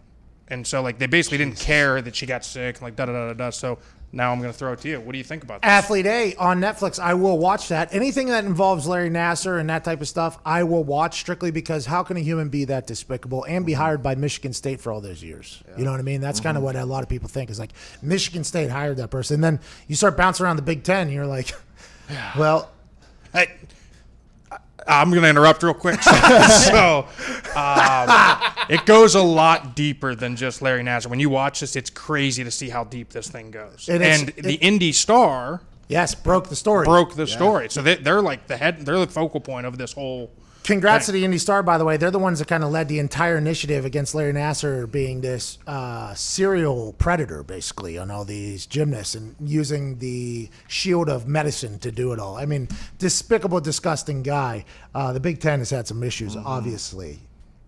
On to Nebraska. What do you think? I mean, so you're going to answer the question about weight cutting? I'll watch it. What do you think about weight cutting? That was the main question. I think we've talked to Chael Sonnen, the American gangster. He said he lost 17 pounds or something like that 22 in hours. 22 hours because of that. I think it's insane what people can do with their body. And obviously, I've been somebody who has had to puke or get sick. And whenever you feel that drained, there was a lady that weighed in a UFC fight, I think last week. She couldn't even stand up anymore whenever she was trying to stand up. I mean, it's an insane thing, and you're not getting an accurate weight on it. So I think it's kind of a archaic model to measure whether or not somebody is fair or not. because people put on 20 pounds after those weigh-ins for the fighting and for the wrestling and for all that stuff. It is. How many years has that taken off your life? I don't know. I have no idea. Consistently doing that for I have your no whole idea. career. If both fighters are cutting down to that weight, if they're both losing 20, why don't they just fight Agree. at the 20 plus? Can we just agree to do this? I guess there's guidelines and rules, but it isn't. I've never played any sports that required it, and you had to do it for weigh-ins for us. But you're a wrestler too. Yeah, but when I was a wrestler, I You're was at 30 one pounds point underweight. You're so, at one point an undefeated wrestler. Yeah, and then I became a very defeated wrestler. I'll watch that Athlete Day though. It's pretty good. It's well done. But my quick little point on thing with You got weight cutting. 30 seconds. Yeah, I think it's part of sports, right? Like I think regardless, when you get into sports, it's part of the deal, and you have to roll with it. So you have to go. Some sports have it. Some sports don't. Yeah. Some sports don't care about their athletes. Zion. Michigan State. Go green. Well said. Good morning, beautiful people. It is hour 2 of our Thursday, June 25th, 2020 show. In the first hour, we had Howard Beck from Bleacher Report, who hosts the Full 48 podcast, which basically told us a lot of things in that conversation. But J.R. Smith will be a Los Angeles Laker is what he basically guaranteed to us. The Orlando tourney, the 22-team tourney that's happening down in Orlando for the NBA is one that's going to go off. A lot of players, even if they have COVID-19 or have been diagnosed with COVID-19, are going into a 14-day quarantine and then going down to Orlando. Excited for that NBA tournament to pop off. Ian Rappaport reported that Pat McAfee reported on McAfee and Hawk that all NFL teams will report on July 28th. Shout out to us breaking the news and also being about the same exact date as it is every single year in the NFL. The NFL, although I do believe they will have a mindset of coronavirus, get the hell out of our way. We are going to do our thing. I don't care if we're in a basement with M&Ms. We are going to have games. They have canceled the Hall of Fame game, which is a game that every single player, coach, equipment manager, athletic trainer hates, but it is part of a bigger celebration. So has the NFL bowed down to COVID-19? That is something that I never thought would happen. I don't think they're doing that. I think they're trying to be as safe as possible. And the way they'll figure out how the season is going to go will largely be determined off what the MLB eventually gets done here, because the MLB is using their local stadiums as the NFL is planning to do so. And now we're in a world where we're going to see how this all pans out. The PGA Tour Commissioner came out yesterday, Jay Monahan, and said, listen, COVID-19 is going to happen. It's going to have to be something we deal with. We ain't scared of nothing. We will push forward, even though one of our stars, Brooks Koepka, had to withdraw from the tournament this weekend because his caddy had COVID-19. It is a very interesting time to be sports. It's a very interesting time to be alive. None of these decisions, much like a draft night, can be judged until years down the road to see how this all pans out. But it feels like sports are coming back in a big way, and we couldn't be happier. This will be our last live show of the week. Tomorrow we will be in the great state of Michigan. For Bachelorette weekend. We will be golfing all weekend. I have no idea what my lady will be doing. We're going to be in a beautiful part of Michigan. Can't wait to get up there. We travel there immediately after this show ends, so maybe we're mailing it in. Maybe. This might be our worst hour. We saw it mailed Might be our best hour. All the boys here at Nick Morado, at Tone Diggs, Ty Schmidt, Jason McAfee, Viva Lazito, Evan Foxy. On the phones, 1-833-622-3331 at Boston Connor. How are you, pal? Fantastic. Can't wait to get up there. You and I'm sure Roger Goodell watches this show. And when Roger Goodell watches this show and he sees your shot and over your right shoulder, it says the Hall of Fame game should be canceled every year. I'm sure that is really going to be something he takes note. Why do you feel that way? Well, Roger, I'm sorry to cancel the game. I mean, I don't want to do this to you, but here's the thing. The players don't like it. And this is your league, Roger. Do it for the players. I just got a suspicious login alert to my Google. Oh, Oh, no. Oh, are we getting hacked right Hackers? no Tubes? Where's Tubes? now? Is that, Get Tubes are on the we- internet now. Do we need to get our special forces on that thing? No. Bill. Diggs, what are you? Diggs, you seem very worried. Diggs. Well, I assume if they get into your Google and it's connected to this internet, that they could get into mine and then see my history. And stuff like that. Potential Big Ben issue over there. Oh, Okay. boy. Hey, but remember, Diggs just a couple weeks ago said, "I'll let the government come into my phone, anything. I got nothing to hide. I got nothing to I hide." haven't had time to clear the search history lately. Well, you better get to it. Joining us, a man who's potentially going into his 12th year in the NFL. Nobody would have guessed this. An absolute stud of a man from Penn State University, which a lot of people know for a lot of different reasons. Whatever the reason is, you know Penn State is whatever the reason you know. I know it because A.Q. Shipley played there, obviously. Center formerly of the Cardinals, Ravens, Steelers, Colts, Eagles. A.Q. Shipley. Yeah! Oh my God! I appreciate Oh that. my God! James Franklin, Penn State head coach. He has decided that his family will not be traveling with him back to State College, which is it just such a despicable place that his family chose to stay in Florida instead. Florida, it's yodely like anything. I'm not sure Pennsylvania has the same COVID-19 issues, but James Franklin has said in the lieu of caution, he's leaving his family in Florida, not taking them to State College whenever he goes to work. Is this something that you expected from James Franklin? It's a brilliant move. You think it's a brilliant move? He's just focused on football, moving forward in 2020. Getting the guys together and really putting together a strong season. Is that right? Yeah. Listen, I've been to State College, and it's a good time, but It's an unbelievable what does time. it say when your head coach doesn't live there 12 Full months time. of the year? He says, you know what, let's go down to Florida. Let's get the Yikes. hell It out of says this. he's been paid quite handsomely to have a second home on the beach, I'm assuming, in Florida. You know, my favorite James Franklin moment, and there's been a bunch, when he almost fought the fans. I think that's my favorite James Franklin moment. Whenever he was like, you know what, you have a problem with me? I'll come up here and fight you right now. I love that move. I like it. Me Let's too. go. I actually do like a little bit of spark. He's I mean, lucky he couldn't get up there because he would have got his ass beat. Yeah, I think so. I think that, yeah, because that was after they ran a draw or something on like 4th and 20 or whatever in a big time moment. And I assume that whiteout that you guys have, Best atmosphere in college football. There it is. you know, I never got to experience that because Kevin McQuarrie told me, is that his name? Mike McQuarrie. He told me I was in Penn State material. Turns out that's great news. Yeah, worked out. You can check old McQuarrie if you'd like. The old WVU treated you well. It did. We had a great time. Yeah. You guys won a lot of games. I was supposed to be Penn State. Imagine you and me, by the way, in college. Don't think we'd be where we are right now. Pretty happy. Don't think where we'd be. Pretty happy Mike McQuarrie said I wasn't Penn State material. You can Google him, Mike McQuarrie. He's Speaking of college football, here's a question, Okay. right? Okay. We got LSU, we got Clemson coming down with 20, 30 guys, right? Yeah, Ohio State They had a bunch. can't go make transactions and bring other people in. So how does that work? College football is a massive question mark right now. I think the NFL is going to make it happen, but college football, not only do you have to deal with the locker rooms and the amount of scholarships that you have, and you don't have a salary cap to add in people or keep people away from each other because you don't know who's going to be your starters most of the time, but also with the students on campus. If they don't bring students back on campus, which is probably going to happen in a lot of places, then the NCAA is put in a pickle where they have to be like, well, they're student human athletes, but the students aren't here, so now they're just human athletes, and it's going to be, I think college football is the biggest question mark out of all the sports. Let's move forward, though. MLB is a sport that got it figured out just the other day against all odds. Joining us now is a man who was a president of the Marlins for 18 years. I called him a scumbag last time we talked, and he owned it, so I appreciate that. yeah. Ladies and gentlemen, David Samson. Samson! Woo! I don't even know what to say to you. You don't even know me and you're calling me a scumbag. Normally, it takes like 4 meetings before someone calls me that. I will let everybody know the reason why I called him a scumbag is because he told us how the MLB and how all professional teams utilize the media to either get their agenda done or maybe lower a price on a player. Yeah, he said that he will leak a lie about a guy that he's trying to trade just so that the fans don't turn on the organization. And I said, well, you're a scumbag for that, obviously. And he said, if you think I created that movie, you owned it. You absolutely owned it. And I appreciate your, just authenticity and rawness. And I assume you rub a lot of people the wrong way, but I enjoy a good conversation with you. Listen, there's nothing better to me than rubbing. I just don't want to be normal. I don't want people to be apathetic. I'm going to tell you how it is.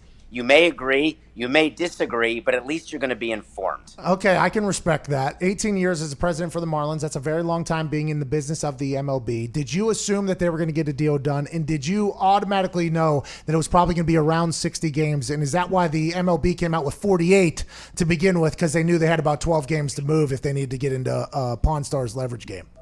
Yeah, this was a very normal negotiation. The problem is when you're a fan, when you're in public, when you're a member of the media who has not necessarily been involved in running a team or as a former player, you may mistake normal negotiations for such vitriol that you think there's never going to be a good solution. But at the end of the day, they got a deal done It's not ideal for either side, and that's when you know actually that it's a decent deal. But that doesn't mean that MLB has it all figured out. There's so many questions left to be answered before we actually know that we can play ball. Before we get to that, what is going on behind you there, David? It looks like the 16th chapel of sports behind you right there. And I see Heinz Ketchup, which is good news. What is that behind you there? That is actually a painting by Red Grooms. It's the Great Sports Banquet, and those are the best sports athletes of each sport, and he put them around the table as though it were the Last Supper. Who made that decision on who was the best athlete? That's, by the way, probably a big debate on who's on your painting right there, if I had to guess. I will say that I was definitely involved. Let's talk about the rules that the MLB has put in place. I believe there's a DH. There is an expansion of the playoffs. I heard you break down why a DH is such a massive give by the teams to the players from a financial standpoint that I never really thought of. And I thought that was very intriguing. I think the DH thing was probably a big deal for the MLB owners to give up in the National League. Is that accurate? Yeah, that's major. Just so we're very clear, everything that gets traded in a collective bargaining agreement, it's all about money. If you want to get better pension and better benefits, then we're going to get something back. That's what the owners would say. If you want to have DH, that means that your union will have 14 to 16 players who get $10 million instead of the minimum. As the president of the Marlins, our 25th guy would make the minimum. Our 24th guy, our 23rd guy, our 15th guy sometimes. Scumbag. Yeah, whatever, okay? Hold on. Let me get my ring out. Oh, no, it's in the closet. So, for me, the give of the DH, as though it were a fait accompli, that is a huge victory for the union. And I'm not sure that that will exist again after 2021, because if it were to exist, that means the players are going to have to give up something else. Because DH is big bucks, I'd assume, especially if you have a good one. It's going to be a lot more than just the minimum, which means you're probably going to see a lot of other players maybe get moved out. Will there be a lot of roster rearrangement coming with the DH coming in? Well, that's the hope of the union, of course, is that a team like the Marlins or other National League teams will spend more money to get an actual DH. Let's say, look what Nelson Cruz, look at David Ortiz. There are men who have been DHs who could be Hall of Famers. And that's all they do is they're designated hitters. Also, it enables free agents who know when they sign long-term deals that at the end of their deal, they won't be able to play the field anymore, and they'll then be able to become a designated hitter. And that opens up more teams to sign more players.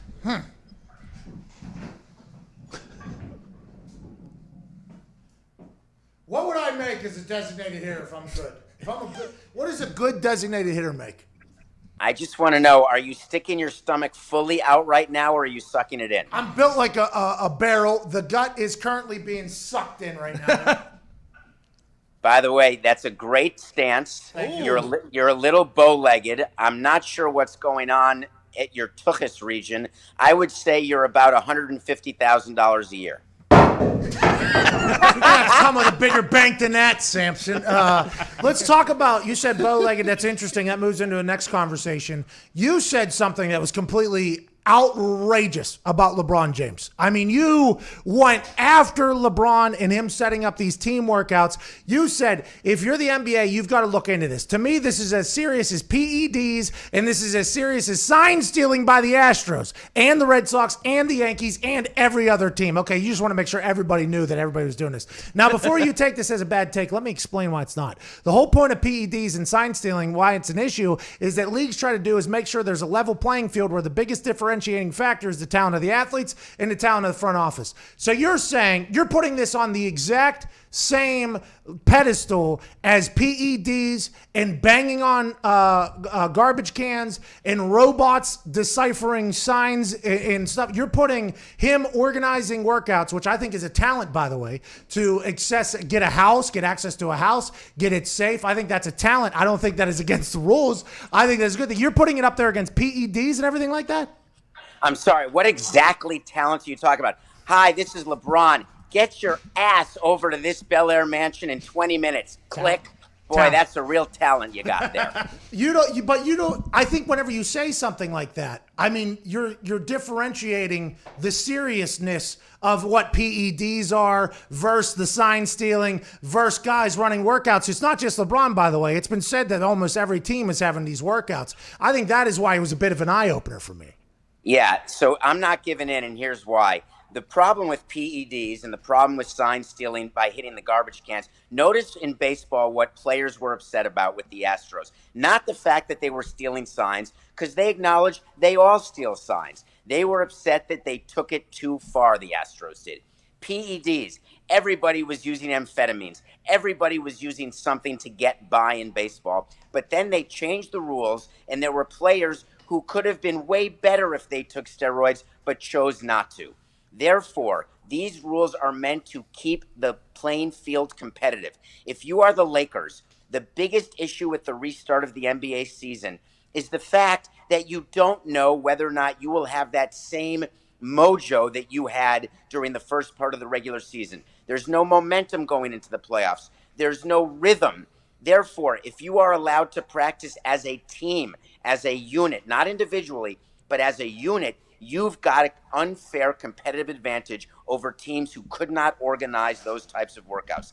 That's why I believe what the Lakers did is so wrong. A bit dramatic, Dave. I mean, a bit dramatic. I mean, come on. We had Howard Beck on in the first hour from Bleacher Report, senior NBA writer, and he said that although he agrees with you that this was an advantage for the teams that were able to get a gym to play in, because a lot of people think that everybody has a gym in their house, which I assumed, or teams had this. He said that the NBA is going to turn a blind eye to this 1,000% because it's going to make the caliber of basketball better. It's going to make everything better. And as long as guys don't get completely sick, even though it has spiked, but as long as guys are going into the Orlando bubble being healthy, the NBA is going to turn a blind eye to this for sure. There's no question about it, because they're interested in making sure the quality of play is up there, and having 8 regular season games after a shortened second preseason training camp, that's not enough. If you ask an NBA player, he'll tell you that he doesn't have his sea legs within the first 8 games of preseason, and that's what this will be like. So as far as I'm concerned, the Lakers are smart. I'm not saying I wouldn't have done it, by the way. If I had the ability to get our players together, I would do it, and I would bend the rules until there'd be a crack and a fraying of the line, and then I'd cross over it because, as you said, I'm a scumbag. No. In a playful manner, you're a scumbag, not in the literal turn of just terrible person. But I don't know. I haven't seen you do business just from things I said. Let's go back before I let you go, and I can't thank you enough for your time. Nothing Personal has become one of the favorite podcasts of the group in here because you are a savage of a man. I mean, to be a president of a team for 18 years and then have the lack of filter that you have is something that is not seen a lot. I mean, let alone the beard. I mean, it looks ridiculous, but just the things that you say, it is a genuine look at how a front office views things. I want to ask you about the steroid scandal of baseball. Okay, scandal. Baseball was at its highest. Baseball was the absolute best. Was there ever a conversation among front office people in the MLB to be like, how do we continue to let these guys eat and take every steroid that they potentially want to take, because our sport is much better and much more relevant whenever this is happening? How can we have that conversation? It's the same one, and the answer is we did. It's the same one that football owners have about the way players hit and then get concussed, and having a player like that guy in the Redskins who said, if I know the names of my grandchildren, that means I didn't play hard enough. The fact is that these players understood I was more interested in education. So I would have conversations with players. Listen, if you get caught, you're going to cost yourself money. If you get caught, you're going to hurt the team. But at the end of the day, I can't babysit you 24 hours a day. Do you think for 1 minute that I actually believe that you in an off season put on 30 pounds of muscle and you have a body the likes of which you only see when you pay $9.95? Are you kidding me? There's no way I believe that. But you are a man, and you know we're going to test you, and you know that you can't replace your urine the way Lawrence Taylor did when he replaced his urine getting tested in football. So therefore, make your decision and live with it. If you're asking me whether I was aware that players were doing steroids, how are you not aware when I look at someone like Pudge, who I love, who helped me win a ring? I'm looking at him every day. I see him without a shirt. And then I look at him when he joins the Tigers the next year and it went on a weight loss diet. Come on, man. It was kind of the whole sport, though, wasn't it? It felt like if you watch that Screwball and then you watch that Long Gone Summer, it felt like that almost became the culture. Like in the NFL, it's not like that. At least whenever I've been in, there is zero conversation about any performance enhancers because it's kind of like nobody wants to be attached to it. It felt like in baseball, if I'm looking at this from the right perspective, from the stories that I've heard and the way people have covered it, it felt like it was almost the culture. It was like, hey, we're at least going to get a little bit more testosterone in you. We're going to do this. It felt like that was a part of the business of baseball. Am I right in thinking that? You're right, because we're evaluating players. So I'll give you an example. When I was with the Expos, there was a player named Eric Gagne, who was a number 5 starter at best for the Los Angeles Dodgers. We wanted to trade a player named Milton Bradley to get Eric Gagne. Because we wanted to get rid of Bradley because he was such a pain in the neck, and we wanted to get an extra starter. All of a sudden, Eric Gagne, instead of throwing 92, 93, is now throwing 98, 99 as one of the great closers of all time. We look at him and we said, really? No wonder the Dodgers reneged on that trade and wouldn't trade him for Milton Bradley. Obviously, people were realizing that Eric Gagne had completely changed in terms of what his value is. So for any executive who tells you that they had no idea, they didn't talk about it, they didn't pay attention to it, they are not telling you the truth. Well, that's why we have you on here, because you tell us the truth. And sometimes that truth is despicable to hear, to be honest, but I enjoy every time we talk.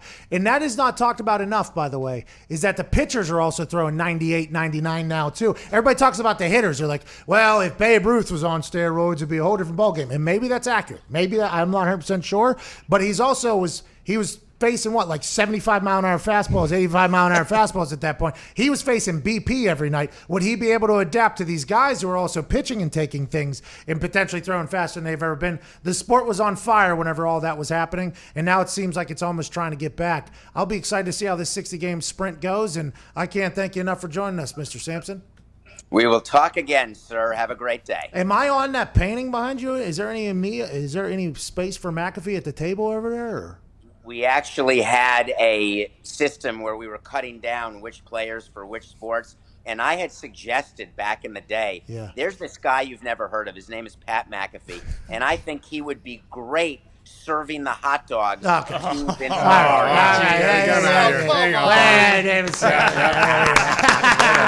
Thank you, David. Have a good day, guys. Cheers, man. 20 minutes after the hour, we have to get to a break. Martavis Bryant will join us in 9 minutes to talk about his reinstatement into the NFL. He hasn't played in a couple of years. He was suspended because of the marijuana. We'll be talking to him about what shape he's in, state of mind he's in, where he's looking to get back in. How much has he been working out? Is Marty B coming back to the league? Is an alien returning to a wide receiver core somewhere in the league? Come to the Colts if he's in shape. We need a weapon. Marty B joins us in 8 minutes. This is the Pat McAfee Show, Thursday, June 25th. Dance with me.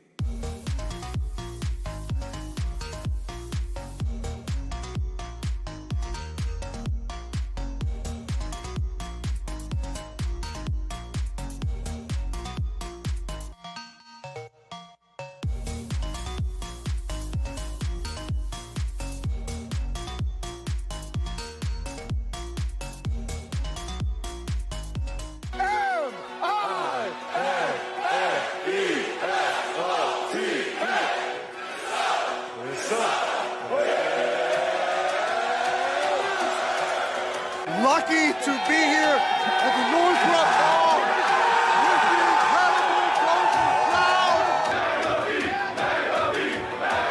College Game Day is having a blast here. Minnesota has shown up. Row the boat, Sky U-Mall, go Gophers. Let's get the axe and keep that thing in Minneapolis, Minnesota.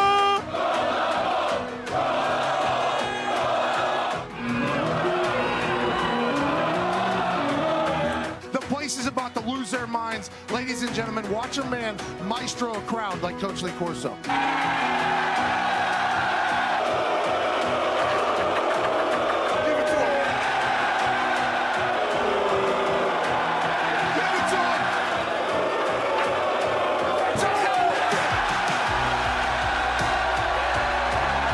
Watch. Now he'll say to me, works every time. What? Every time.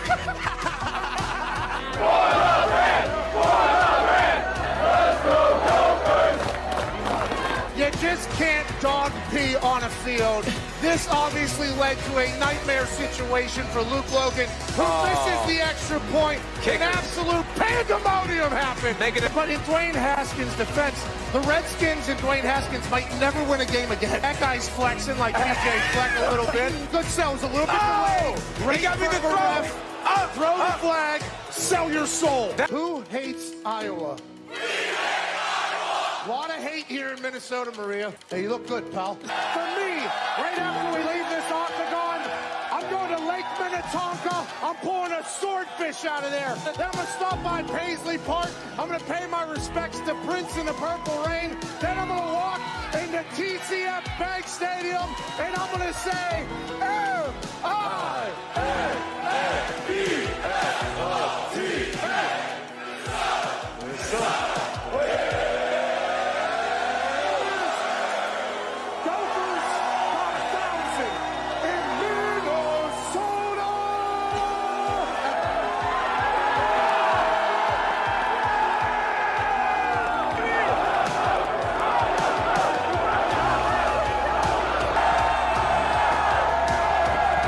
That's pretty awesome, huh?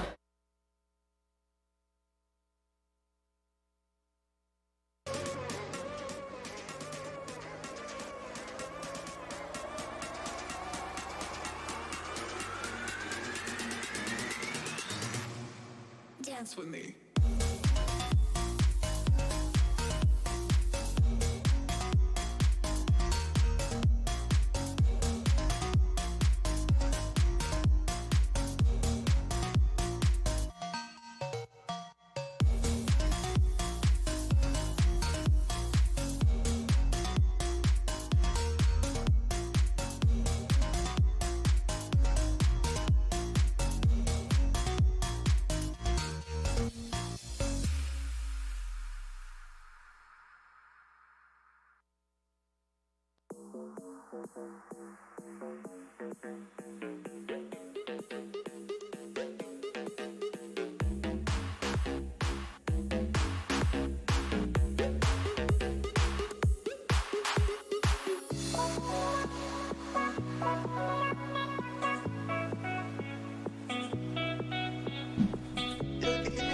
$828,000 current subscribers on our YouTube page. The road in March to 1 million continues. We are currently at 2.3 thousand likes on this YouTube stream. If it gets to 3,000 likes, we will continue the 20% off the entire store sale through the rest of the weekend. So start hitting the old thumbs up button, shall we? Here's something I hit the thumbs up button to this morning while I was smoking my morning vitamins. Wakey bakey, Diggs is on TV in Australia. Our friend at Tone Diggs here, who has become a massive Geelong Cats fan, strictly because he saw them win one game and thought they were going to win the entire thing, and learned that their defensive coordinator is a massive Steelers fan. Diggs has jumped all aboard the Geelong Cats train. This morning, the Geelong Cats returned the favor to our friend Diggsy. Pat McAfee, for Yeah, those who don't American know, man. the American man who's fell in love with AFL football. Former punter. Colts punter, pro bowler, has gone nuts. His producer, is it Tony Diggs? Diggsy. Diggsy, get with it, mate. Diggsy. Diggsy, okay, co-host and producer Diggsy has taken the Cats on board and is pumping up. You're my boy, Diggsy. You're my boy. He was even trying to defend the performance on Saturday night. Defending Gaz. Yeah, defending Gaz. Are we chance of having a chat? I think to him we've got to at get some stage? Diggsy on. Okay. We need Diggsy. We'll work on that. They need Diggsy. Diggsy! Couple quick things here. Yeah. Have you ever in your life thought that humans on the opposite side of planet Earth would be appreciative of you and inviting you to speak about anything? Well, no, I mean, everyone knows here that I normally can't take a trick, and that's fair dinkum. But my boy Stokesy, and then Cameron with the good flow, and then Scott, who's an AFL journo. Scotty. I mean, those are just good guys. We've been in a group chat for a while now, and just discussing the games. Is AFL lingo like hockey lingo? Like, hey, Diggsy, Banksy. Yeah, it seems to be. There's a little bit of that in there. Yeah. Yeah. I like the Diggsy. You're my boy, Diggsy, even with the like fist bump there. Stokesy, he's a good guy, man. He was a locker room guy when he played. Good bloke. Yeah, he's a good bloke. Well, you were doing your Australian pandering thing and you missed it. You had a chance there. You really missed the opportunity to drop bloke in there. Well, he doesn't really like being called bloke that much, so. Oh, you know? Oh, me and Stokesy? Yeah, you and Stokesy. You guys on Yeah. level? The Geelong Cats are currently 1-7 on the season. Is that accurate? No, that is not true. Oh, wow. What is it? I thought it was 1-2. Oh, okay. Okay. Big game this weekend? You guys We go into the G to take on Melbourne. Sunday, I believe, at 1:35 a.m., which is not the Did ideal. you just try an accent there? Halfway through. Well, It's a soft. when you say Melbourne, it just naturally comes out. Yeah. Okay. We take on the D's, which are the Devils. Oh, hey, they're the original squad, by the way. Yeah. The Devils were the only AFL team, I think, for like a year and a half, and then another team came along, and then they played each other for like 2 years. The Geelong Cats, I think, the oldest rivalry ever. They were the first two teams in the AFL. 1839 or Yeah, something and then more teams added on, but the Devils were playing against themselves, I think, for like a year and a half. I believe that was the Champions. Yeah, it was awesome. And now Collingwood Magpies, they got Coxzilla back this weekend tomorrow, 5:40 a.m. American time, Fox Sports 1. Coxzilla, the American sensation for the Collingwood Magpies, will take on the Goons of the GWS Giants, and they got their slaughterhouse unit out. I mean, it is going to be a ground and pound, big hit, anybody can get it game from the GWS Giants. And our 6'10" friend from America on the Magpies makes his debut back after a knee injury. He is itching to get back on the pitch, and I can't wait to see Mason Cox potentially score 7 to 8 goals this weekend on Friday. Listen, you got your big boy back, but we got a weapon coming back, too, for the GWS Giants. No. We got the mummy, Shane Mumford, 6'6", of pure steel, baby. Who is he? Is he the guy that you were talking about earlier? He is a beast of a ruckman. He can lay the wood, and Coxie better have his head on a swivel. Coxie, whoa. Coming after our friend like that? I'm just saying, I told him, too. I sent him a DM. I said, hey, put your chin strap on this week. I know you guys don't wear helmets, but you might want to pick one up because it's going to be brutal. There are a couple that wear, like, the rugby leather helmet from back in the day every once in a while. Really? Yeah, because Peter Cech? Yeah, the rugby guys have and Peter Cech wore the soccer players out there for a little bit. They have that thing that covers their ears. I think that's so they don't get cauliflower ear. Because in rugby they're doing a lot of boring rugby stuff. Get your ears ripped off. But Mason Cox, with that knee coming back, I am worried that we are playing the Goon crew, which is the GWS Giants, who are just known for massive hits and not giving a single damn about anything. Young squad, eager to get it. Collingwood Magpies currently sitting at number 2, 5:40 a.m. Eastern Standard Time on Fox Sports 1. Woo! Zito, has Marty Bryant answered your phone call? The alien is not on the planet right now. He is not answered. Zito always says he's probably in the bathroom. That's kind of your go-to. Do we have his contact information? Yes. I am talking to somebody right now, maybe. Is it him or is it his representative? It's nobody, actually. I haven't texted yet. Hey, Q, if you didn't play football for a couple years, do you think you'd be able to just come back? I said this the other day, and I think this is potentially why he wants to come on the show. Marty B, Des Bryant, Antonio Brown, Percy Harvin, who else on there? He played last year. Flash. Those 5 guys, veteran wide receivers that are currently on the market. Some of them haven't played in 3 years. Some of them haven't played in 4 years. Some of them haven't played in 2 years. Some of them haven't played in a year. How hard do you think that transition is? Or do you think being an OG, playing around, you can kind of pick it up like riding a bike? I think you pick it up. I mean, I think so too, by the way. I think came so back too. off the knee, and I thought for sure it was going to, feel like a whole different game, and it was like you just pick up right where you left off. And there's also some years where you weren't the starter. You were playing fullback for a little bit, and then the next year Basically went 3 years after college, right, without playing in a game. And then you come back fresh after that. Now, granted, you were a lot younger than these guys are. They're in their 30s, late 20s. But I think it's something like riding a bike. I think if Marty B is committed to coming back and he's in shape, I think he'll be able to pick it up very, very quickly and become a deep threat for somebody for cheap. Because everybody knows that these veteran wide receivers that are just trying to get back, they'll have to take a prove-it contract. They'll be incentive-based. That is a guy that I would not mind seeing the Colts take if he is motivated to get back in the league, which nobody knows. Are there certain positions that you think are much tougher to do that with?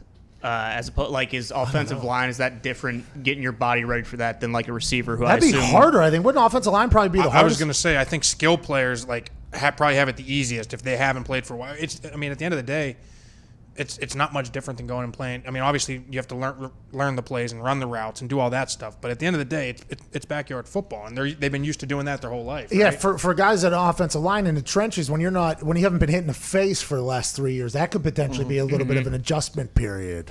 So if he's running good routes and making good catches, you would think that a lot of scouts or something or front office people could look at it and be like, oh, he's ready to go. Let's get him in here. Now, can he learn the system? Can he learn the scheme? He can be on the same page as quarterback. Even with the NFLPA's medical doctor. Did you know the NFLPA had a doctor?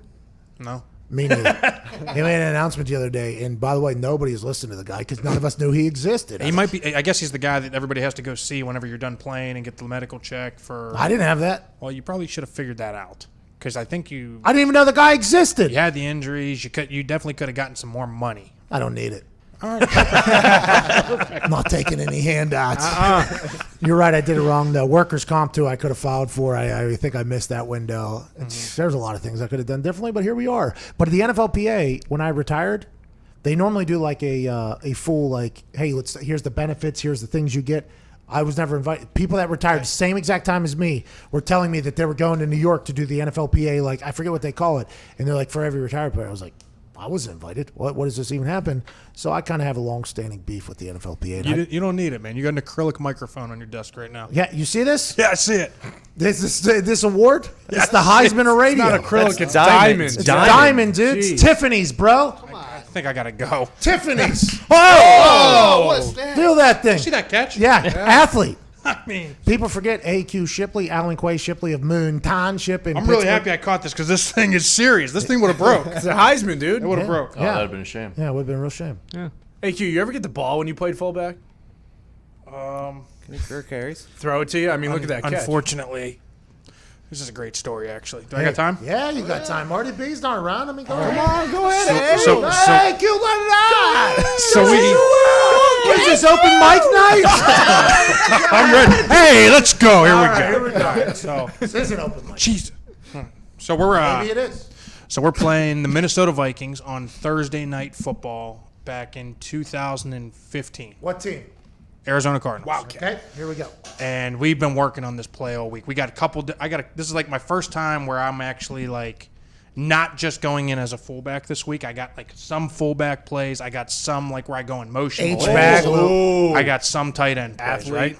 So I start off. Then we got this play, and we'd run it all week in practice. Every single time, Carson threw me the ball. Every time. By the way, always a move in practice. If you're running a play and there's an offensive lineman out on a route, you throw the ball to the offensive lineman because the entire place gets lifted. Every Absolutely. fake field goal, if there's an offensive lineman in practice, you throw it to it. If it's a game, probably not throwing it to it. But in practice, it's the moment to Always. lift everybody. You always throw it to Have them, to right? do it for the big guys. Yep. So every time, and I make the catch every time. So I'm giving them confidence throughout the week. Like, hey, you can go to me. Like, we're good. One hand, maybe.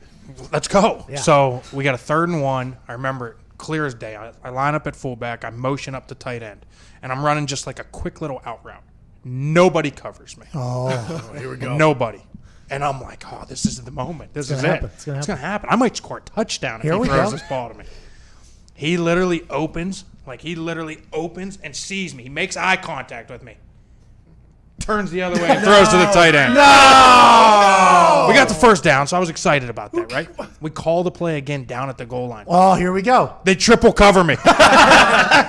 Guy's wide open in the end zone. Yeah, He throws because to they the saw other guy. film. They Yeah. saw, and Carson, by the way, didn't want to give it away. He said, listen, not now. Let's give it to whenever AQ can score a touchdown. I don't want to pick up a stupid first down. Yeah. So Carson was actually looking out for you, but he forgot that defense coordinators look at photos and say, hey, if this round guy comes out of the backfield and lines up over here, we have to actually cover him. And that's what happened. So then Saturday, right? We win the game Thursday. We win on an unbelievable Dwight Freeney spin move, strip sack to end the game. Remember that. Classic. And that's what Freeney does, by the way. Yep. It was unbelievable. So we win the game. So we get the weekend off. It's Saturday around noon.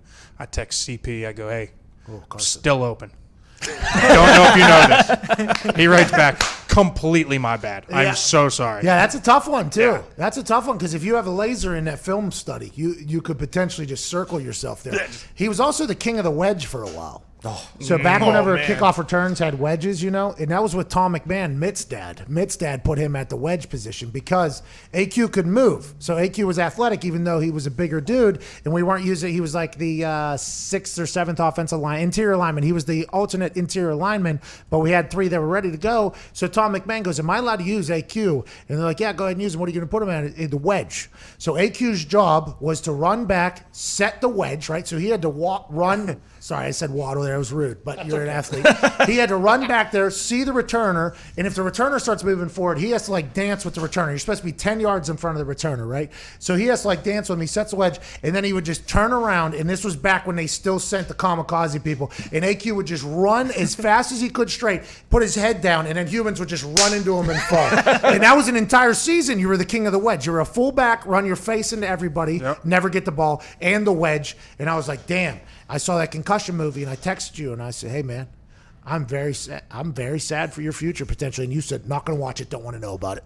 We played New England that year and lost like 60-something to 20-something. It was a lot. So I had like 14. Those days are long gone, Connor.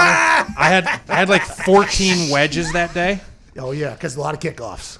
I'm telling you, I woke up the next morning, felt like I got hit by a truck. It was the worst day of my life. Ultimate utility guy, though. Yeah. Ultimate utility. Couple starts that year at center. Woo! Go center, go fullback, go wedge. That was it. Athlete. What do you think of this season? Are you going to play? You're going to try to play another year? Yeah, a couple years? Yeah, that's the plan. That's the plan. Has COVID-19 affected the free agency, you think, a little bit? Big time. There's a ton of veterans still. I mean, there was never really that second or third wave, right? I mean, a lot of teams like stopped doing business. They didn't really know, and now nobody's doing business right now because everybody's on vacation at this point. So like Cam Newton is still not signed. Makes no sense to anybody. You put him on a couple different teams, they are instantly contenders. But I would assume that the timing that he was released by the Carolina Panthers after some quarterbacks already got signed and trips weren't able to happen. I assume that he's not the only veteran though, because guys like yourself and there's a first wave of free agency that everybody hears. Massive numbers, guaranteed contracts, superstars at new homes. And then normally the rest of that week and into the next week, there's another wave where there's visits happening. And that all got shut down this year. So you guys are all kind of just left holding your... Just kind of wait until camp and kind of everything resumes business. But it's fine. If you do the right things and you're ready to roll, again, I think they're going to have that. You do look like you're in good shape. You could potentially be wedge again. Let's not just make sure. Let's make sure everybody. Oh, who needs a fullback? Let's go. You got an Illuminati tat right there. That's my wife's eye. I really turned it into something very personal. You know what I mean? Oh, it's very cute. Yeah. Look at that. AQ, are any What a hero you are. vets or players worried about the salary cap going down next year or no? That's real, by the way. The way you negotiate your contract is going to be interesting. I'm excited to see how that plays. It's going to be very interesting. I think, you watch the way the other leagues have done things. It's going to be interesting to see the way the NFL and the NFLPA kind of agree on something. I don't know which way it's going to go. I think it all depends on if there's going to be a full season. I think fans. There's going to be a full season. You think so? Yeah, there's going to be a full season of games. Won't be any fans. The biggest question, Darius Butler, who started a new podcast with Antoine Bethea called Man to Man with DB and AB. And it is a great, I've got a chance to listen to a couple episodes before they've released them. I think it's coming out in the next couple of days. I would recommend it thoroughly. Two OGs that played in the secondary in the NFL for a long time. Antoine is still playing. Darius Butler said, the seasons will start, but how many will finish? Because it's like baseball. If 5-6 guys in one dugout or clubhouse, whatever the hell it's called in baseball, if they get COVID-19 and they're out for 14 days, that's like 7 games, 6-7 games in a 60-game season. You got 6 people out. So how you bring the NFL could potentially have that same issue where like 10 guys potentially get it, whether they got to sit out 2 weeks of the season. How will you be able to maintain it? Or everybody will have the mindset that the PGA Tour has, and it's like, hey, this is just going to become something that happens here. We got to move forward. I would assume the NFL is going to do the same thing, but I think potentially not finishing is something that hasn't been talked about enough. But I ultimately believe in the end, the NFL will have a full season, but maybe no fans in a lot of different places. You know as well as I do, in any pro locker room, somebody gets a cold, somebody gets a flu, everybody gets it. Go home. Everybody gets it. Go, like the first time ever in my life, NFL, I didn't get sick much, but I came in and I was like, I think I have like a fever or flu. They're like, get the hell out of here. Don't even, just go home. And I'm like, okay, note this down for later if I don't want to work. I got a flu, but that was a good idea. They will separate you as fast as possible, but if it gets in there, everybody gets it. And that's the problem with this, right? They say a lot of times you don't know for 4 or 5 days, so you could be asymptomatic or whatever for 3-4 days, and you've already infected everybody. Well, that's kind of what's happening in the city you live in right now. Yep. There it is. You guys didn't take it serious right there. You remember when Look how serious I got. Yeah, now. Yeah. What about 99 days ago? Too late, AQ. Too late, AQ. This is your fault, probably. Do you think the NFL, like the NBA is doing the ring and then the PGA Tour is doing the whoop bands or whatever, do you think they'll give those to NFL players to try to show symptoms 3 days or whatever before. Yeah, I would think so. If the MLB and the NBA have success with that, I would assume the NFL is going to adopt it. But the NFL doesn't have a history of doing that because the XFL instant replay of the review should have been put in the NFL already this year. Players do not like tracking devices, and I think that's the way people start taking that stuff. Plus, that Whoop thing, it flips all the time. Oh, you're out on Whoop? Everybody's in on Whoop. Wow. Whoop is, by the way, it's gonna because we just said it. It's gonna show up in my Instagram feed probably 45 times in the next day. It's been listening. Yeah, but everybody that I know that is into fitness and much more healthy than I, they love the Whoop. They love the HRV. That's what they love, the HRV, which tells you basically like if your body's up or down. What's your body like right tells you about your recovery if you're about to have a good day or a bad I mean, day. look at this body. It's always up. Oh, you feel real good. You feel real good about where you're at right now. Wow. No, but I hated that thing because I had it for a while and it always would flip on me, and then like it screws up everything whenever it flips. That's like on my Stairmaster. I have to hold my hands in one spot if they want to get my heart rate for like 45 seconds. Oh, yeah. And I just can't do it because I'm dying there. I guess, so I never know if my heart's going to stop, if it's going to explode because it's just impossible to use. Sounds like the Whoop is the same damn problem. Yeah, and my wrist is a little larger, a little fatter, I guess is the word. So you move it a little bit, and boom, it flips. It You wear rolls gloves, though. Didn't you wear gloves? You wear gloves? when I play. Yeah. Yeah, only on the left hand. I leave the right hand to grab the ball because my me hands too. are small. You got small hands. Don't do this. Huge. Huge hands. Yeah, but that's it. Let's get to the phones. Let's go to Dylan in Indiana. What's going on, Dylan? How's it going, boys? I hope you guys have a fun weekend golfing. Hey, that means a lot. Keep up with us on, I believe, probably somebody's Instagram page will keep it. I think my big goal, a lot of people have asked me to put my phone away for a couple of days because I live on my phone. I'm not sure it's going to be possible. I'm going to be on a golf course, too, which calls for a lot of on-phone time. True. So I'll give it a go, but we appreciate you for the well wishes this weekend, Dylan. No problem. So what I was wanting to talk about is the name Tampa Bay Gronkaneers. Terrible name, yeah, terrible name. Do you think that could possibly divide the locker room? Because they're going to be like, hey, look, it's more than just them here. Or do you think they're going to be like, you know, it's two of the greatest of all time in their positions. No, guys in the locker room will not care about that. If guys are making money off of it, which Tom and Gronk both will be doing, the locker room will have nothing but respect for it. The TB squared, by the way, for Tampa Bay and Tom Brady. Oh. Great shirt. Love what he's doing there. The Gronkaneers, I assume he's going to sell stuff. If they're running their business, people in the locker room do not take any offense to that. But that name is pretty terrible. That is a tough name. Brutal. That is a tough name, the Tampa Bay Gronkaneers. Bruce Arians does not love it either. We asked him. He said he's not sold on it yet. We'll see how that goes. He did an interview with us from his pool down there. I think he did 14 interviews straight because he was just sitting there all day. Somebody was just refilling, I assume, for him, and he had to reset up his phone every time. That conversation with him. You've been in the Bruce Arians system a lot. A lot. You've seen a lot of quarterbacks in the Bruce Arians system, including Roethlisberger, Luck, Carson Palmer, and now there's Tom Brady going into the Bruce Arians system. What do you think that's going to turn out? Because Carson has said that's a very difficult system. He threw a lot of picks. Jameis Winston just threw 7,000 picks last year. Probably ruined a big contract that he could have got after throwing for 5,100 yards or whatever. What is it about that offense that makes it difficult for people to throw it into potential defensive meeting rooms? We'll get to that during the youtube.com/The Pat McAfee Show radio break. 46 minutes after the hour, we have to get to a break. We'll be back on the other side. This is The Pat McAfee Show.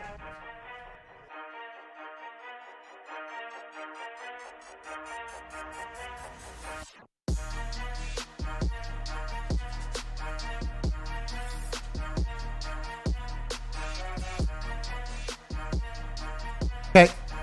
Thank you.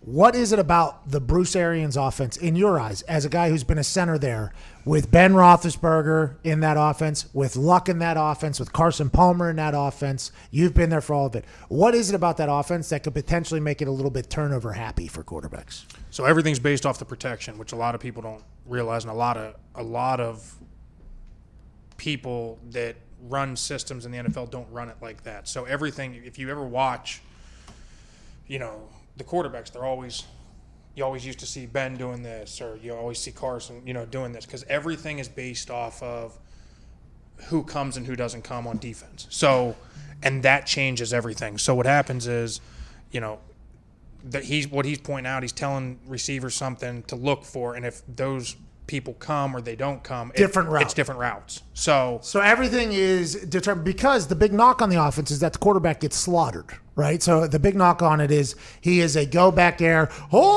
We're going long ball here. We're going to be sitting in the pocket for a long time. But it's actually the complete opposite, where the offense is based off of protection, and that is what changes up the route. So is it potentially either the quarterback wrong or the wide receiver could be wrong? And if one of them's wrong, they're both wrong. Is that kind of the way it goes? Well, so and everything is so.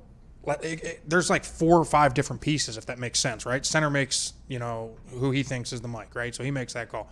Then the quarterback's going to echo it, and then from there, then he's going to point out 1 or 2 guys, right? And then if you're a receiver and you're talking here and you miss any one of those points from center, from quarterback, from whoever, you don't know who you're supposed to be reading, right? Like at the end of the day. So there's so many different variations that go into a play, a passing play. So whenever that happens, if you're not looking or you miss one thing, or even like when he goes like this with his hands and he's pointing out 2 guys, you may think he's pointing out this guy and that guy, and it's really this guy and that guy, and then this guy comes and then you run this route. So there's a lot that could be a detriment then to the Buccaneers, who haven't been able to get on the same page, right? I mean, Tom's been leading these workouts, but Bruce hasn't been there. Clyde Christensen hasn't been there. Tom Moore hasn't been there. A lot of the people on the offensive side who could potentially be breaking down the film and telling people who's what, they haven't been there. That could be tough for the first couple of weeks, I'd assume, huh? Even for the greatest of all time. Could be. I'm going to give my guy a shout here. Byron Leftwich is right. Backup quarterback Blaine Gabbert has been in the system for a couple years. So great hair.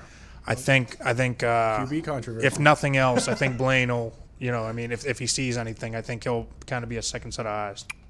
What'd you say back there? I say QB controversy, but from the sound of it, it's. I mean, if the offense is $50 million, no controversy. Well, you never know. But if the offense is no, we do know. That's literally the if business. The offense is based off of. By the way, that guy is completely turned on Tom. No, not completely. Just a flip. Just as soon as he said he was coming back to New England, where they pushed him out, basically, New England pushed him out. No, he didn't. Connor just was like, well, it was Bill Belichick anyways. To hell with Tom Brady. It's kind of too much. That's the guy you're listening to. It was a mental war. It wasn't just an easy situation. But if it's all based off of reading defenses and Brady's the greatest quarterback to read defenses, I mean, how do they not win 15 games this year? Couldn't agree more. That's a very good question. And that is why I would assume Bruce Arians was very excited to get Tom Brady down there. That's what he's good at. And also he mitigates risk too. The guy never turns the ball over, and people are like, well, he's kind of boring. He doesn't take shots. Like, well, if you don't turn the ball over, you're probably going to win games. That's just like the number 2 stat or something on determining who wins the game or not. If you're not turning the ball over too, it's probably because you know where the defense is going to be, so you're not going to throw it into a spot where you might get intercepted. Yeah, bingo.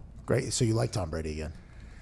Sounds like it. Until he comes home to put his jersey in those rafters, I don't know. I don't know if I can. Remember, he said, "I'm not going anywhere." Right there on Hulu, we saw it on Super Bowl. I'm not going anywhere, and I love that commercial. You guys saw my reaction to that commercial. Pumped up. Fired up through the roof. I was happy. I could have lost. I could lose every bet forever. But if Brady came back, it would have been fine. Well, he did. He left, and now you're going to lose every bet anyways because you're stupid. No. Yeah. Florio today. Stidham, the next quarterback without a ring to win a ring. Who said that? Florio. Come on, that wasn't Sims? You sure it was a show? No, it was Florio. Sims has been making some comments where I think he's just trying to stir the pot. I haven't heard any of those, but Florio said Stidham. What were you going to say, Diggs? We got like 30 seconds. I was just listening to Lombardi say who Tom is very, very careful with the ball, and sometimes in Bruce's offense you do have to take chances. So is that going to be an issue? Like, is Bruce going to be like, Tom, you're going to have to let it rip every once in a while? I think in that offense, Bruce wants to get the ball down the field. So yeah, I mean there's no question about that. The ball's going to go down the field, but he's also going to again mitigate those risks. He's not going to force it into windows. He's going to throw the checkdowns and do all that stuff. Maybe. We don't know. For sure. Yeah, you don't know. We don't know. Blaine Gabbert. You don't know. Blaine looks good, by the way. Blaine Gabbert's look great hair too. Mm-hmm. Awesome dude. Hey, he has followed me on social media for a long time. Awesome dude. Welcome back to the Pat McAfee Show. We only got a couple minutes left. We did almost 2 hours here on this Thursday, June 25th. We are a live sports show, a live show. So there are some things that we have to tell you because it's kind of an obligation of being a live show. To do that, our Italian friend, Frank Moraldo.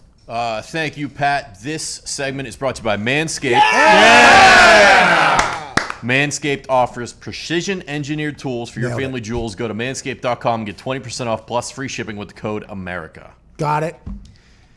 Yesterday, a group of players and one GM was elected to the the Hockey Hall of Fame. I was going to say the NHL. It is not the NHL. It is the Hockey Hall of Fame for the class of 2020. Congrats to them. Congrats to them. Was it Sidney Crosby? It was not Sidney Crosby yet. We had Calgary Flames icon and legend Jerome McGinley. Also a former Penguin. It was a former Penguin, you may know. Oh, congrats to him. Bruin.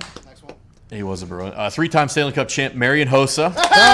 Also a former Penguin. Yeah, former Penguin. He left and lost. He Former went to the Blackhawks D-man and San Jose Sharks GM Doug Wilson. Former Oilers D-man and 6-time Cup winner Kevin Lowe. Team Canada women's goalie Kim St. Pierre. And former Red Wings and current Oilers GM Kenny Hall. Okay, congrats to them. Hall of Fame. Not easy to do. You don't just fall into the Hall of Fame, okay? It's not the Fall of Fame. It's the Hall of Fame.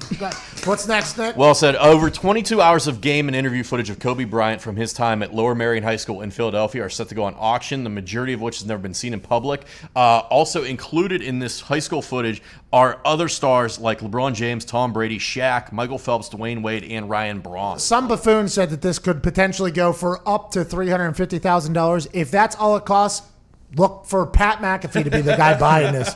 This is going to be incredible footage that's going to be made into something awesome. I won't be happy if we make it because we won't do it justice that it's supposed to do. I think that's going to call probably a couple $1 million, especially with how people have seen The Last Dance perform with Michael Jordan. I'm happy we're going to get a peek into the insides of the greats being great whenever they were younger. From all of us to all of you watching and listening, we can't thank you enough. We will see you on Monday. This has been the Pat McAfee Show from Indianapolis, Indiana! Cheers.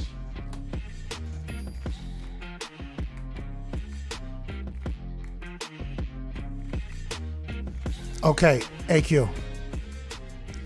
What do you think your body fat percentage is right now? 22. Really? Maybe 25. 22s. Really? Yeah, somewhere in there. Maybe 30. No, not 30. You think you're 22 to 25%? 27 last year. I'm definitely lower than that. Okay, so you're like 22, 25%. You think that's a healthy spot to be, like probably, I'd assume? For an offensive lineman? I think so too. Yeah. By the way, offensive linemen kind of have like, they get a little self-conscious about their weight and they sweat and stuff like that, but it's literally, it's a part of the job, like a part of the recipe. It calls for you guys to carry more weight than you're supposed to. So I think 22% is a good percentage. I think right now I'm probably about 20% if I had to guess. Tyreek Hill, 1% body fat. 1% body fat. How do you not just... Who reported that? How do you... Tyreek Hill. Of course. How do you not just rip every muscle? He'd pull every hamstring if he was 1%. He's not 1%. Look at this guy. That is a 1% body fat guy. Potentially the fastest human, most explosive human. There's an explosive athlete, by the way. There. Yeah. Let's put him on the top 5 list. Look at this 5'8" or whatever. Give me that 1% body fat right now. Cheetah, a guy who anytime he's on the field at any position needs to be watched. Game changer for the Chiefs. 1% body fat. If you had to guess, AQ, what was the lowest body fat I ever got to, what would you think it would be in my entire existence? You were a soccer player? Bingo. In high school. As an adult, so not as a high schooler. Like 18. I'm gonna go 18 was the lowest you've ever been. That qualifies you as an adult, correct? Okay. I would say... That's wrong, but it was like 23 when it was. 22 or 23. 23, I think. Okay, so you were after college. Yeah, I was after college. 16%. Okay, great thought because you've seen me be chubby. You know I like sandwiches. You know I like pizza. I'm from Pittsburgh. The lowest I've ever got, 5.5%. It was whenever I was going to go play for the Columbus Crew. Take a look. What happened? Take a look. Take a look. That is what I look like. I was 201 or 204 pounds, 5.5% body fat, and look at the fucking alien head on me. For that. You know what I mean? 5.5% I was down to. That was when I was going to go play. You look terrible right there. What great flow. Bro, please bring that photo back. What the hell Please are you do not talking disrespect. about? Look Terrible. at that guy. I look like an adolescent for sure, but I have a full 6-pack, almost an 8-pack at that point, 5.5%. Shout out to my guy, Nate Sowers, former teammate of mine that trained me down there. I just, cardiovascular-wise, did not get a chance to work on as much as I was the body. I couldn't get out of bed day 3 of Columbus Crew soccer camp, during the lockout. I was going to do that whole thing. So that's what I could be right now. I just want to let you know. Just got to turn on the switch, and that's where I'm at. What's up, AQ? What's up, AQ? Fucking 17%. Dude. How many more pounds do you have to lose to get back to where you were there? 50? 40? Oh, yeah. Probably a good 45 to 50 So you have to lose the same amount of weight as a guest you had on weeks ago, Marshall Yonda. Yes. Yeah, I have to do exactly what Marshall Yonda. Hey, he's Legend, right? Amongst all offensive linemen. Legend. Best offensive lineman in a lot of people's eyes ever. I mean, he's up there. I mean, he's one of the best guards to ever play. He looked like a completely different human. He got on the FaceTime. And I was I like, think "That's if he not got the beard back, he'd look a lot better, though. better." Right? Yeah. Oh, so now you're saying Yonda's ugly? Wow. I love Yonda's probably going to watch this and see I hope this. he does. I hope he does. AQ Shipley, former teammate of yours, I would assume you thought he was I just a know friend. him as the beard only. He just called you ugly all of a sudden. Moshe Yonda's in the best shape of his life. Never seen him without a beard in my life. I know. He popped up on the screen for the FaceTime because Zito will call him back there, right? Yeah. And Zito goes like, he like this big look. I thought it was on the his wrong number. And he was like, wait till this guy pops up here. And I go, ladies and gentlemen, I do a full ending. And then his face pops up there. I thought we were getting fucked with. I thought somebody was fucking with us. I was like, that is Yonda's brother. He has really turned it around. When you retire, will you do that same thing? Will you lose weight, you think, or gain weight? I've said this to you numerous times. I'm either going to gain 100 or lose 100. I don't know which way it's going. It's going to be I hard. don't know which way it's going. Hey, it's a lot easier to put on that 100, though. I will say this. I was thoroughly impressed with myself at how I lost the 25 and how quick I lost it last year, that I think that I could lose another 40 and be. But that's an everyday thing. It's an everyday thing. That's a commitment. That's like a lifestyle. Like But I enjoy working out. Like I think some people that don't enjoy working out go the other way. They're like, oh, when I'm done, I'm just going to quit working out. I enjoy working out. Yeah? It's like You're doing big Pilates. my now. vice. You're doing Peace big time. Pilates. I do now. everything. You're It's my vice. It's my way to get out of the house. Everybody needs to get out of the house. Why? You need Why? to. Why do you have to get You out don't of like the your Coronavirus. kid? You don't like your kid? Coronavirus has locked you in the house. You gotta get out. You're not supposed. This is the problem. Yep. Listen to what you're saying. You got to get out of the house. That's what into Phoenix. the garage. I have a garage. Garage thing. You see what I did there? Look at this, man. I got a whole kid over here. Now, where was that 99 days ago Yeah. when Phoenix refused to believe anything? I have a kid coming in 9 days. That's why I have the kid. Smart. Hey, congrats, by the way. Congratulations. Congratulations. Thank you. Wow. Might even be less than that now. Where are we at? Thursday? Today Thursday? Mm-hmm. 7 days. I want to let you know. That first child of yours, she is going to be a problem. She's Oh, going yeah. to be a problem. Oh, yeah. For everybody. Attitude times 1,000. Attitude, sass. She's going to be athletic. She's going to know it, and she's going to have everything given to her forever. She is going to be. Are we women's soccer fans in here? Oh, yeah. Good. Because guess what I did? My Nike account runs out here in 6 days, so I just emptied it, right? Smart. I bought every soccer ball on the site for her. Yeah. All the way up. A size 3, size 4, size 5, and I got the little mini ball for her. Hey, our women's soccer team is our soccer team, by the way, for the Oh, for United sure. States. Dudes are an embarrassment at this point. Now, Pulisic is going to turn this whole thing around. They finally put him on the pitch the other day. He scores a goal within the first 4 minutes. He's a stud. The young generation of the men's soccer team will be good, but our women's team is just a pipeline of awesome. You know, Mitt's sister, Tom McMahon's daughter, she's going to be on the national team. She's like next level. Yeah, she's very, very, very, very good. We have, I hope a Pittsburgh girl on the national team. Yeah. What's her name? Megan Klingenberg. Yeah, she was on Mark Madden or she was doing the local rounds there. Yeah, we got our ladies soccer team, a bunch of badasses out there. Yeah. And they're better than everybody, which makes me feel good because I like to cheer for They our just country. win. They just win. That's all they do. Just win. AQ, new baby, also a girl, or are we having a Oh boy? yeah, man. I'm outnumbered big time. Nice. Girl dad. Big time You girl. are dad. a girl dad. Congratulations. Kobe really made that thing cool, and I've really embraced it. Yeah, but you're just going to spoil the hell out of those kids, and that first girl of yours is going to be a problem. I mean, Phil's third child is going to be a problem. Yeah. And this is just from me watching on social media. His third child going to be a problem. Your first one going to be a problem. Oh, no question. Can't wait till they get old enough to hang out with old fucking Uncle Pat, too. You know what I mean? Like, I don't want anything to do with them whenever they're kids. Just let me get them whenever they can, put sentences together. What's that age? 4? Is 4 become? I'll say like 17, 16. You think? Okay, perfect. 7. I don't want to be a bad influence. No, we need influences. Not me, though. Yeah, we do. They got to learn. Do you know what I'm going to tell your daughter? Their number one influence is me. You think that's good? Yeah, you got to put. I'm sure there's a big muzzle you got to put on yourself around her, huh? Well, we're not on radio anymore, right? No, We're just on YouTube. All right, perfect. So we just noticed even like my wife, she'll slip. She'll be like, "Oh fuck," and then like you hear her like walking around the pool going, "Oh fuck." She's just an echo machine now? Yeah, just a parrot, man. Just a full tilt parrot. Zito. Yeah. That's Zito. Yeah, she might never grow. She might never grow out of that. YouTube 3K at the store all weekend. Store.patmcafeeshow.com. 20% off till the end of the weekend. Shout out to the YouTube. We can't thank you enough for liking, watching, telling your friends, subscribing. You guys are the best humans on earth because we don't have to deal with other people's bullshit if our YouTube continues to grow. And for us, that is magic because I'm not good at doing that. I'm not good at that. I have been I've been told that I could be better at that stuff, and I've been with me now 33 years. I'm never going to get better at it. And the fact that our YouTube is doing what it's doing, we can't thank you enough. Honestly, from the bottom of our hearts, we can't thank you enough. Tell your friends to subscribe. We're on the march to 1 million, and now we're about to hop in a van and head up to Pure, Michigan for a weekend of golf and shenanigans. This has been the Pat McAfee Show, Thursday, June 25th. You're the absolute best. YouTube 3K, 20% off, store.patmcafeeshow.com. Have the best weekend of your fucking life. Cheers.